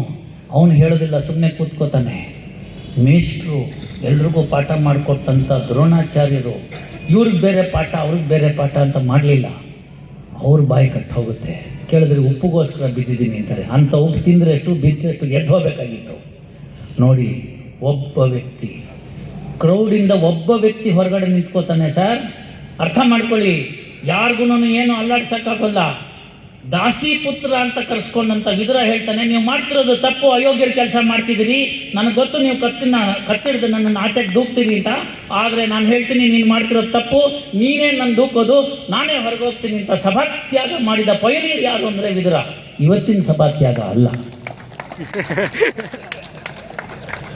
ಹಾಗಾಗಿ ನಿಮ್ಮಲ್ಲಿ ಅಂಥ ಸಂದರ್ಭಗಳು ಬಂದಾಗ, ಅನ್ಯಾಯ ಬಂದಾಗ ರಾಷ್ಟ್ರೀಯ ನಾಯಕನಾಗಿ, ಉತ್ತುಂಗದ ನಾಯಕನಾಗಿ ಕಾಣಬೇಕಾದವನು ವಿದುರ ನೀತಿಯಲ್ಲಿರ್ತಕ್ಕಂಥ ವಿದುರ ಆಗಬೇಕು. ನಿಮ್ಮಲ್ಲಿ ಆ ಶಕ್ತಿ ಇದೆಯಾ? ಇದೆ. ಎಲ್ಲಿದೆ? ಒಳಗೆ ಹೊರಗೋಗಿದೆ. ಅದನ್ನು ತಿಳಿಸ್ಕೊಡೋರು ಯಾರು? ಒಬ್ಬ ಶ್ರೀಶ ವಿವೇಕಾನಂದರ ಜಯಂತಿ ಮುಖಾಂತರ ಬಂದು ನಿಮಗೆ ಆ ಸುಪ್ತ ಪ್ರಜ್ಞೆಯನ್ನು, ಒಳಗಡೆ ಇರ್ತಕ್ಕಂಥ ಅಂತರದಲ್ಲಿರ್ತಕ್ಕಂಥ DNA-ನಲ್ಲಿರ್ತಕ್ಕಂಥ ಅನ್ಯಾಯ ಅನ್ಯಾಯ ಅನ್ಯಾಯ ಅನ್ನೋದನ್ನು ಸಿಡಿದೆಬ್ಸ್ತಕ್ಕಂಥದ್ದು, ಪುಟ್ಟಿದೆಬ್ಸ್ತಕ್ಕಂಥ ಕೆಲಸವನ್ನು ವಿವೇಕಾನಂದ ಜಯಂತಿ ಮುಖಾಂತರ ಹೇಳಿ ಎದ್ದೇಳಿ ಗುರುಮುಟ್ಟ ತನಕ ಬಿಡಬೇಡಿ ಅಂತ ಹೇಳ್ತಾ ಇದ್ದೀವಿ. ಆಂತರಿಕ ಕಲಹ, ಬಾಹ್ಯದಲ್ಲಿರ್ತಕ್ಕಂಥದ್ದನ್ನು ಮಾಡೋಕ್ಕೆ ಸದೃಢವಾಗಿರ್ತಕ್ಕಂಥ ಸೇನೆ ಇದೆ. ಸಮಾಜದಲ್ಲೇ ಇದ್ದಾರಲ್ಲ ಅಯೋಗ್ಯರು, ಅವ್ರನ್ನ ಯಾರು ಕಂಟ್ರೋಲ್ ಮಾಡೋದು? ನೀವೇ ಮಾಡಬೇಕು, ಪ್ರತಿಯೊಬ್ಬರು ಮಾಡಬೇಕು. Injustice somewhere is injustice everywhere ಅಂತ ಮಾರ್ಟಿನ್ ಲೂಥರ್ ಕಿಂಗ್ ಹೇಳ್ತಾನೆ. ನಾವೆಲ್ಲದಕ್ಕೂ ಇಂಗ್ಲೀಷನ್ನೇ ಕೇಳಬೇಕಾಗಿಲ್ಲ. ಅನ್ಯಾಯ ಎಲ್ಲಿದ್ರು ಅಷ್ಟೇ. 100 ಲೀಟ್ರ್ ಪಾಪ ಚೆನ್ನಾಗಿ ಮಟ್ಟೆಯವರು ಪಾಯಸ ಮಾಡಿಸ್ಬಿಟ್ಟಿರ್ತಾರೆ, ಅಪ್ಪೆಗೆ ಕರ್ಸಾಕಿ ದ್ರಾಕ್ಷಿ ಗೋಡಂಬಿ ಎಲ್ಲ ಹಾಕಿ. ಸೋತವ ಒಬ್ಬ ಬಂದ್ಬಿಟ್ಟು ಒಂದು ನಿಂಬೆಹಣ್ಣು ನಿಂಟ್ಬಿಟ್ರೆ ಏನು ಮಾಡಬೇಕು? ಇಂಜಸ್ಟಿಸ್ ಎವ್ರಿವೇರ್ ತಾನೆ. ಇಂಥ ವಿಷ ಇಕ್ಕುವಂಥ ಜನರು ಬಹಳ ಜನ ಇದ್ದಾರೆ. ಅದನ್ನು ಕನಕದಾಸ್ ಹೇಳ್ತಾರೆ, ಹಿಂದೆಯನ್ನ ಬೈಯುವರೆಲ್ಲ ಅಂದಣವೇರಲಿ, ಮುಂದೆಯನ್ನ ಬೈಯುವರೆಲ್ಲ ಚಂದಾಗಿರಲಿ, ಬಂಧು ವರ್ಧವರಿಗೆ ಭತ್ತದ ಗದ್ದೆ ಬೆಳೆಯಲಿ, ಮಹಾನುಭಾವ ಕಾಗಿನಲೆ ಆದಿಕೇಶವ ಕಾಯುವನು ಎನ್ನ ಅಂತ ಹೇಳ್ತಾರೆ ಕನಕದಾಸ್. ಆ ಭಗವಂತ ಕಾಯುವಾಗ ಮಿಕ್ಕಿದವ್ರು ಏನು ಮಾಡಿದ್ರು ಏನು ಮಾಡೋಕ್ಕಾಗಲ್ಲ. ಇದನ್ನು ನಮಗೆ ಪ್ರತಿಯೊಂದು ಒಳ್ಳೆಯ ವಿಚಾರಗಳನ್ನು ನಮ್ಮ ಯುವಜನರಲ್ಲಿ, ವಕೀಲರಲ್ಲಿ ಯಾಕೆ ಅಂತಂದರೆ ವಕೀಲರ ಶಕ್ತಿ ಹೆಂಗಿದೆ, ಆ ಶಕ್ತಿನ ನಾವು ಫೋಕಸ್ ಮಾಡಬೇಕು. ಯುವಜನರ ಶಕ್ತಿಯನ್ನು ಒಂದು ಕಡೆ ಫೋಕಸ್ ಮಾಡಬೇಕು. ಪ್ರಪಂಚದ ಇತರೆ ರಾಷ್ಟ್ರಗಳು ಆ ಶಕ್ತಿಯನ್ನು ಒಡೆಯುವಂಥ ಕೆಲಸ ಮಾಡ್ತಾ ಇದೆ. ಸ್ವಲ್ಪ ಹೋಗಿ ನಮ್ಮ ಅಲ್ಲಿ SDM ಕಾಲೇಜ್, ಇಂಜಿನಿಯರಿಂಗ್ ಕಾಲೇಜ್ ಹತ್ರ ಹೋಗಿ ನೋಡಿ. ಎಲ್ಲೆಲ್ಲಿಂದನೂ ಇಂಜಿನಿಯರಿಂಗ್ ಕಲಿಯಕ್ಕೆ ಬರ್ತಾರೆ. ಒಳ್ಳೆ ಮೆರಿಟೆಡ್ ಸ್ಟೂಡೆಂಟ್ಸ್ ಬರ್ತಾ ಇದ್ದಾರೆ. 2ನೇ ವರ್ಷದಲ್ಲಿ ಫೇಲು. ಯಾಕೋ ಅಂದರೆ ಗಾಂಜಾ ಹೊಡೆಯಕ್ಕೆ ಕಲ್ತ್ಬಿಟ್ಟಿದ್ದಾನೆ ಸರ್ ಅಂತಾರೆ. ಇಲ್ಲೇ VV ಹತ್ರ ಹೋಗಿ, ಜಾಸ್ತಿ ದೂರ ಬೇಡ, ನೋಡಿ ನೀವು. ಎಲ್ಲೋ ನೈಜೀರಿಯಾದಲ್ಲಿದ್ದವನು ಇಲ್ಲಿ ಬಂದು ಗಾಂಜಾ ಮಾಡ್ತಾನೆ, ಬ್ರೌನ್ ಶುಗರ್ ಮಾಡ್ತಾನೆ, ಚರಸ್ ಮಾಡ್ತಾನೆ. ನಮ್ಮ ಹುಡುಗರನ್ನ ಹಾಳು ಮಾಡ್ತಾ ಇಲ್ವಾ? ಆ ಮತ್ತನಾಗ ಹಾಳಾಗ್ತಾ ಇಲ್ವಾ? ಮೊನ್ನೆ ಪೇಪರ್ ನೋಡಿದ್ರಿ ನೀವು, ಪಾಪ ಬಿಡ್ಸೆ ಬೇಡಕ್ಕೆ ಬಂದು ನಿಂತ್ಕೊಂಡಿದ್ಲು ಅಲ್ಲಿ ಸಿದ್ಧಾರೂಢ ಮಠದಲ್ಲಿ. ಗಂಡ ಜೈಲಿಗೆ ಹೋಗ್ಬಿಡ್ತಾನೆ ಯಾವುದೋ ಕೇಸ್ನಲ್ಲಿ, ಇವಳು ಏನೂ ಇಲ್ಲ, ಸಿದ್ಧಾರೂಢದಲ್ಲಿ ಮಠದಲ್ಲಿ ಭಿಕ್ಷೆ ಬೇಡ್ಕೊಂಡು ನಿಂತಿದ್ಲು. ಅಯೋಗ್ಯರುಗಳಿಗಿಬ್ಬರಿಗೆ ಮಾಡಿದ್ದಲ್ದನ್ನೇ ದುರಾಚಾರನ ಅದನ್ನು ಮೊಬೈಲ್ನಲ್ಲಿ ಹಾಕ್ಕೊಂಡು ಊರಿಗೆಲ್ಲ ಹಂಚಿದಾನಲ್ಲ. ಯಾರು ಸುಮ್ಮನೆ ಇರೋಕ್ಕಾಗತ್ತೆ? ಪ್ರಜ್ಞಾವಂತರಲ್ವಾ? ಆ ಮಗಳು ನಿಮ್ಮವ್ರ ಮನೆ ಆ ಹೆಣ್ಮಗಳಾಗಿದ್ದರೆ ಸುಮ್ಮನೆ ಇರ್ತಿದ್ರ ನೀವು? ಇದನ್ನು ಮನಸ್ಸಿಗೆ ಬರಬೇಕು. ಇದನ್ನು ಸಹೋದರತ್ವ ಅಂತ ಹೇಳಿದ್ದು, ವಿಶ್ವ ಭ್ರಾತೃತ್ವ ಅಂತ ಹೇಳಿದ್ದು. ಅಂಥ ಸಂದರ್ಭಗಳಲ್ಲಿ ನಮ್ಮ ದೇಶದ ಮೇಲೆ ಮಾಡಿರ್ತಕ್ಕಂಥ ದುರಾಚಾರಗಳು ಏನೇನು ಅಂತಂದರೆ, ಊಟ ಮೊದಲನೇದು. ಯಾವ ಊರಾದರೂ ನೀವು ಡೆವಲಪ್ ಆಗಿದೆಯಾ ಅಂತ ಕೇಳಿ, ಅಲ್ಲಿ ಡೊಮಿನೋಸ್ ಬಂದಿರಬೇಕು, 2 ನಿಮಿಷಕ್ಕೆ ಒಂದು ಹುಡುಗ ಯಾವುದೋ ಮೋಟ್ರ್ ಬೈಕಲ್ಲಿ ದರಿದ್ರ ಪಿಜ್ಜಾ ತರಬೇಕು, ಅದನ್ನು ತಿನ್ಬೇಕು. ಅದು ನಮ್ಗೆ ಸೆಟ್ ಆಗಲ್ಲ. ರೊಟ್ಟಿ ತಿಂದಿದ್ದು ನಮ್ಮ ದೇಹ, ರೊಟ್ಟಿ ತಿಂದಿದ್ದು ನಮ್ಮ ಜಠರ, ರೊಟ್ಟಿ ತಿಂದಿದ್ದು ನಮ್ಮ ಕರಳು. ಈಗ ನೀವು ಪಿಜ್ಜಾ ತಿಂದ್ಬಿಟ್ಟಿದ್ದೀರಿ, ಬೆಳಗ್ಗೆ ಕೂತ್ಕೋತೀರಿ, ಆಜಾ ಅಂತೇಳಿ ಅದು ಬರಲ್ಲ. ಟೈಮ್ ವೇಸ್ಟ್ ಮಾಡೋದು ಹಿಂಗೆ ಮೊಬೈಲ್ ನೋಡ್ಕೊತಾ ಕೂತಿರೋದು. ಈ ಪರಿಸ್ಥಿತಿ ತಲುಪಿದ್ವಿ. ನಮ್ಮ ಆಚಾರ ವಿಚಾರಗಳು ಹೋಯಿತು, ಆಹಾರ ಪದ್ಧತಿಗಳು ಹೋಯಿತು, ಉಡುಗೆ ತೊಡುಗೆಗಳು ಹೋಯಿತು. ಎಲ್ಲಿ ಏನು ಮುಚ್ಚಬೇಕು ಅದು ಮುಚ್ತಾ ಇಲ್ಲ. ನಮ್ಮ ಬಟ್ಟೆಗಳು ಹಾಳಾಯಿತು. ತುಂಡನ್ನು ಹಾಕ್ಕೊಂಡು ಹೋದರೆ ಫ್ಯಾಷನ್ ಅನ್ನೋ ಕರೆಯೋದು ಬಂತು. ಯಾವ ಮಟ್ಟಕ್ಕೆ ಅಂತಂದರೆ, ನಿಮ್ಮ ಮನೆಗಳಿಗೆ 1ನೇ ತಾರೀಕು ಕಳಿಸೋ ಜವಾಬ್ದಾರಿ ನಮ್ಮದೇ ಅಂತ ಸರ್ಕಾರ ಹೇಳೋ ಮಟ್ಟಕ್ಕೆ ಕೊಟ್ಟೋಯ್ತು. ನೀವೆಲ್ಲರೂ ಬಿದ್ದಿರಿ, ನಿಮ್ಮ ಮನೆ ಕರ್ಕೊಂಡೋಗಿ ಸೇರಿಸ್ತೀವಿ. ಇದೆಲ್ಲ ಯಾವ ಮಟ್ಟಕ್ಕೆ ಬಂತದ್ದು? ಎಲ್ಲ ಯುವಜನತೆಯನ್ನು ಹಾಳು ಮಾಡೋಕ್ಕೆ ಇಟ್ಟಿರ್ತಕ್ಕಂಥದ್ದು. ಅಂದರೆ ಹೆಂಗೋ ಕಟಿಂಗ್ ಮಾಡಿಸ್ಕೊಂಡು, ಏನೋ ಕುಡಿದು, ಏನೋ ಸೇರಿ ಅಲ್ಲಿ ನಿಂತ್ಕೊಂಡು ಹೋ ವೆಲ್ಕಮ್ 2026 ಅಂದರೆ ಮಾತ್ರ ಕ್ಯಾಲೆಂಡರ್ ಬದಲಾವಣೆ ಆಗುತ್ತಾ? ನೀವು ಹಂಗೆ ಮಾಡದಿದ್ರೂ ಕ್ಯಾಲೆಂಡರ್ ಬದಲಾವಣೆ ಆಗುತ್ತೆ. ಯೋಚನೆ ಮಾಡಿ. ಇದೆಲ್ಲ ಭಾರತೀಯ ಸಂಸ್ಕೃತಿ ಮೇಲೆ ಮಾಡಿದಂಥ ದಾಳಿ. ಇಂತಹ ದಾಳಿ, ಕಲ್ಚರಲ್ ದಾಳಿ ಏನಿದೆ, ಅದರಿಂದ ತಂದೆ ತಾಯಿಗಳನ್ನ ಗೌರವಿಸಲ್ಲ, ಅಣ್ಣ ತಮ್ಮನನ್ನ ಗೌರವಿಸಲ್ಲ. ಸುಡುಗಾಡು ಪ್ರೈವೇಸಿ ಅನ್ನೋದ್ರಲ್ಲಿ ಹೋಗಿ ಬಾಗ್ಲಾಕೊಂಡ್ಬಿಡ್ತು ಅಂತಂದರೆ ತಂದೆ ತಾಯಿ ಅವ್ರ ಮನೆ ಮುಂದೆ ನಿಂತಿರ್ಬೇಕು. ಆ ಬಾಗಿಲ ಮುಂದೆ ಏನೇ ಬಾಗಿಲು ತೆಗೆ ಅಂತ. ಆಮೇಲೆ ಏನು ಅಂತ ಕೇಳಿದ್ರೆ ಅವರು ಅಂತ ಬಂದು ಬಾಗಿಲು ತೆಗೆ ಏನು ತಿಂತ ಅಂದರೆ, I have already ordered pizza, ಡೊಮಿನೋಸಲ್ಲಿ ಬರ್ತಾ ಇದೆ, ಸ್ವಿಗ್ಗಿ ತಂದುಕೊಡ್ತಾನೆ. ನಿಮ್ಮ ರೊಟ್ಟಿ ಅನ್ನ ಏನಾಗಬೇಕು ಎಲ್ಲ ವೇಸ್ಟು. ಅಲ್ಲಿ ನಿಂತ್ಕೊಂಡು ನೀವು ಕೇಳಬೇಕು, ಬಾಗಿಲನ್ನು ತೆರೆದು ಸೇವೆಯನ್ನು ಕೊಡೋ ಹರಿಯೇ ಅಂತ ನಿಮ್ಮ ಮಗನ ಮುಂದೆ. ಯಾಕೆಂದ್ರೆ ಪ್ರೈವೇಸಿ ಅಂತ 3 ಬೆಡ್ರೂಮ್ ತೆಕ್ಕೊಟ್ಬಿಟ್ಟಿದ್ದೀರಲ್ಲ, ಅವ್ರು ಪಾಡಿಗೆ ಒಬ್ಬರೇ ಬಾಗ್ಲಾಕೊಂಡ್ಬಿಡ್ತಾರೆ, ಮುಗೀತಲ್ಲಿಗೆ. ಇದು ನಮ್ಮ ಗ್ರಹಚಾರ ಇವತ್ತು. ಈ ಥರದಲ್ಲಿ ಇರ್ತಕ್ಕಂಥ ಸಂದರ್ಭದಲ್ಲಿ ಮಾನಸಿಕವಾಗಿ ಹಾಳಾಗೋಗ್ತಾ ಇದ್ದಾರೆ. ಬೇಡ ಅಂತ ನಾನು ಹೇಳಲ್ಲ, ಪೀರ್ ಪ್ರೆಷರು ಮಕ್ಕಳಿಗೋಸ್ಕರ. ಬೆಳಗ್ಗೆ ನಿಮ್ಮ ಮನೆಯಲ್ಲಿ ಅಚ್ಚುಕಟ್ಟಾಗಿ ಕರೀರಿ, ಎಣ್ಣೆ ಒತ್ತಿ ಸೀಗೆಕಾಯಿ ಹಾಕಿ ಚೆನ್ನಾಗಿ ತಿಕ್ಕಿ ಸ್ನಾನ ಮಾಡಿಸಿ, ಹೊಸ ಬಟ್ಟೆ ಉಡ್ಕೊಂಡೋಗಿ ಸಿದ್ಧಾರೂಢರ ಹತ್ರ ನಮಸ್ಕಾರ ಮಾಡಿಸಿ, ಮಂಗಳಾರತಿ ಮಾಡಿಸಿ, ಅಲ್ಲಿ ಕಂಡವ್ರು 4 ರೂಪಾಯಿನ ಹಾಕಿ ನಿಮಗೆ ಬೇಕಾದೊಂದು ದಾಸೋಹ ಕೊಟ್ಬಿಟ್ಟು ಸಂಜೆ ಕೇಕ್ ಕತ್ತರಿಸ್ಕೊಳ್ಳಿ. ನಾನು ಬೇಡ ಅನ್ನಲ್ಲ. ಯಾಕಾಗಬಾರ್ದು? ಒಳ್ಳೇದೆಲ್ಲಿದ್ರು ತಗೊಳ್ಳೋಣ. ನಮ್ಮ ಸಂಸ್ಕೃತಿ ಮೇಲೆ ದಾಳಿ ಆಗ್ತಿರ್ತಕ್ಕಂಥ ಸಂದರ್ಭದಲ್ಲಿ ಯಾವಾಗ ಹೊರಗಿನ ಶಸ್ತ್ರಾಸ್ತ್ರಗಳಿಂದ ನಮ್ಮನ್ನು ಗೆಲ್ಲಕ್ಕಾಗಲ್ಲ ಅಂತಾಯಿತು, ಆಗ ಯುವಜನರನ್ನು ಹಾಳು ಮಾಡಬೇಕು ಅನ್ನೋ ಒಂದು ಪಣವನ್ನು ಇಡೀ ಪ್ರಪಂಚ ತೊಟ್ಟಿದೆ. ಅದಕ್ಕಾಗಿ ಲಕ್ಷಾಂತರ ರೂಪಾಯಿ, ಕೋಟ್ಯಾಂತರ ರೂಪಾಯಿನ ಮಾದಕ ವಸ್ತುಗಳನ್ನು ನಮ್ಮ ದೇಶಕ್ಕೆ ತರ್ತಾ ಇದ್ದಾರೆ. ಇದರಿಂದ ನೀವು ಹೊರಗಡೆ ಬರಬೇಕು ಅಂತಂದರೆ ಅದರ ವಿರುದ್ಧ ನೀವು ಹೇಳಿ ಎದ್ದೆ ಗುರಿ ಮುಟ್ಟೋ ತನಕ ಬಿಡಬೇಡಿ. ನೋಡಿ, ಇವತ್ತಿನ ದಿವಸ ಯಾರು ನನ್ನ ತಂದೆ ಸಮಾನದಲ್ಲಿ ಹಿರಿಯರಿದ್ದೀರಿ, ಅವರೆಲ್ಲರನ್ನೂ ಇದನ್ನೆಲ್ಲ ನೋಡ್ಕೊಂಡು ಬಂದಂಥವ್ರು. ನಮ್ಮ ಭಾರತ ಹೆಂಗಿರಬೇಕು ಅನ್ನೋದನ್ನು ಆಸೆ ಕಟ್ಟಿಕೊಂಡು ಸ್ವತಂತ್ರವನ್ನು ತೆಗೆದುಕೊಂಡವರು. ನನ್ನ ಜನ್ರೇಷನ್ನವರು ನಾವು ಹೀಗೆ ಇರ್ತೀವಿ ಅಂತ ಅಂದ್ಕೊಂಡು ನಾವು ಕನಸುಗಳನ್ನ ಕಟ್ಕೊಂಡವರು. ನನ್ನ ಮಗನಿಗೆ ಅದು ಗೊತ್ತಾಗ್ತಾ ಇಲ್ಲ. ಒಂದು 4 ಸ್ತೋತ್ರ ಹೇಳೋಕ್ಕೆ ಬರೋದಿಲ್ಲ, ಏನೂ ಬರೋದಕ್ಕಾಗೋದಿಲ್ಲ. ಯಾಕೆ ಅಂತ ಕೇಳಿದ್ರೆ ಎಲ್ಲೋ ತಾಳ ತಪ್ಪು ಹೋಗಿದೆ ನಮ್ಮದು. ಅದಕ್ಕಾಗಿ ಈ ಎಂದಿಗಿಂತ ಇಂದು ವಿವೇಕಾನಂದ ಜಯಂತಿಯ ಒಂದು ವಿಶೇಷತೆಯನ್ನು, ಅದರ ವಿಚಾರಗಳನ್ನು, ಅವರು ಕೊಟ್ಟಂಥ ಆದರ್ಶಗಳನ್ನು, ರಾಷ್ಟ್ರ ಪ್ರೇಮವನ್ನು, ವಿಚಾರಧಾರೆಗಳನ್ನು, ಸ್ವದೇಶ ಪ್ರೇಮವನ್ನು, ಎಲ್ಲವನ್ನು, ವಿಶ್ವ ಭ್ರಾತೃತ್ವವನ್ನು ನಾವು ಮೈಗೂಡಿಸ್ಕೋಬೇಕು. ಅದರ ವಿರುದ್ಧ ನಾವು ಹೇಳಬೇಕು, ಎದ್ದೇಳಬೇಕು.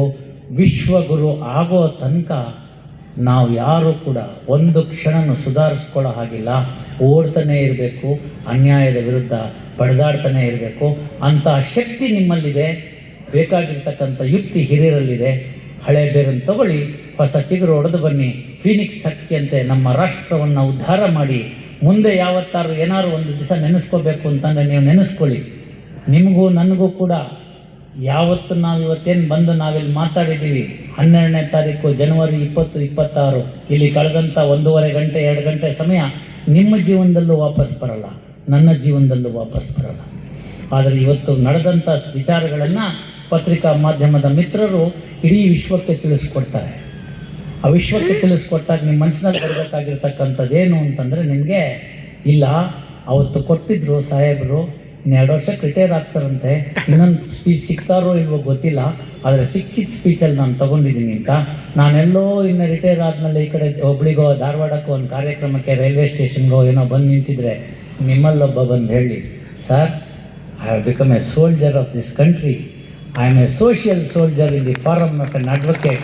I have now become the judge. I will be soon becoming the High Court judge.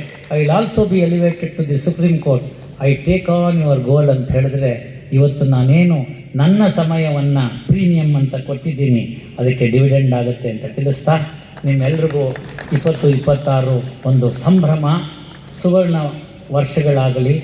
ಯಾವುದೇ ಕೋವಿಡೇ ಬರಲಿ, ಮತ್ತೊಂದು ಮಾರಿ ಬರಲಿ, ಯಾವುದೇ ಬರಲಿ, ನನ್ನ ದೇಹ ಶಕ್ತಿ ಇದೆ, ಭಗವಂತ ನನ್ನನ್ನು ಕಾಪಾಡ್ತಾನೆ ಅನ್ನೋ ಸದೃಢವಾಗಿರ್ತಕ್ಕಂಥ ನಂಬಿಕೆಯನ್ನು ಇಟ್ಕೊಳ್ಳಿ. ಹೊಸ ಹುಡುಗರುಗಳಲ್ಲಿ ಹೊಸ ಚೈತನ್ಯ, ಹೊಸ ಚಿಲುಮೆ ಬರಲಿ. ಅವರಿಗೆ ಎಲ್ಲವನ್ನು ಕೂಡ ಹಿರಿಯರು ಅವರಿಗೆ ಮಾರ್ಗದರ್ಶನ ಮಾಡಿ. ಹುಬ್ಬಳ್ಳಿಯ ಇವತ್ತಿನ ಬಾರ್ ಅಸೋಸಿಯೇಷನ್ ಏನು ಹೊಸದಾಗಿ ಬಂದಿರತಕ್ಕಂಥ ಟೀಮ್ ಇದೆ, ಅದು ನಿಮ್ಮೆಲ್ಲರ ಪ್ರಾತಿನಿಧ್ಯ. ಮಟ್ಟಿ ಬರೀ ಅಧ್ಯಕ್ಷರಲ್ಲ, ಇಲ್ಲಿ ಆಗ್ತಕ್ಕಂಥ ಪ್ರತಿಯೊಂದು ಕೆಲಸಕ್ಕೆ ಅವರು ಜವಾಬ್ದಾರರಾಗ್ತಾರೆ.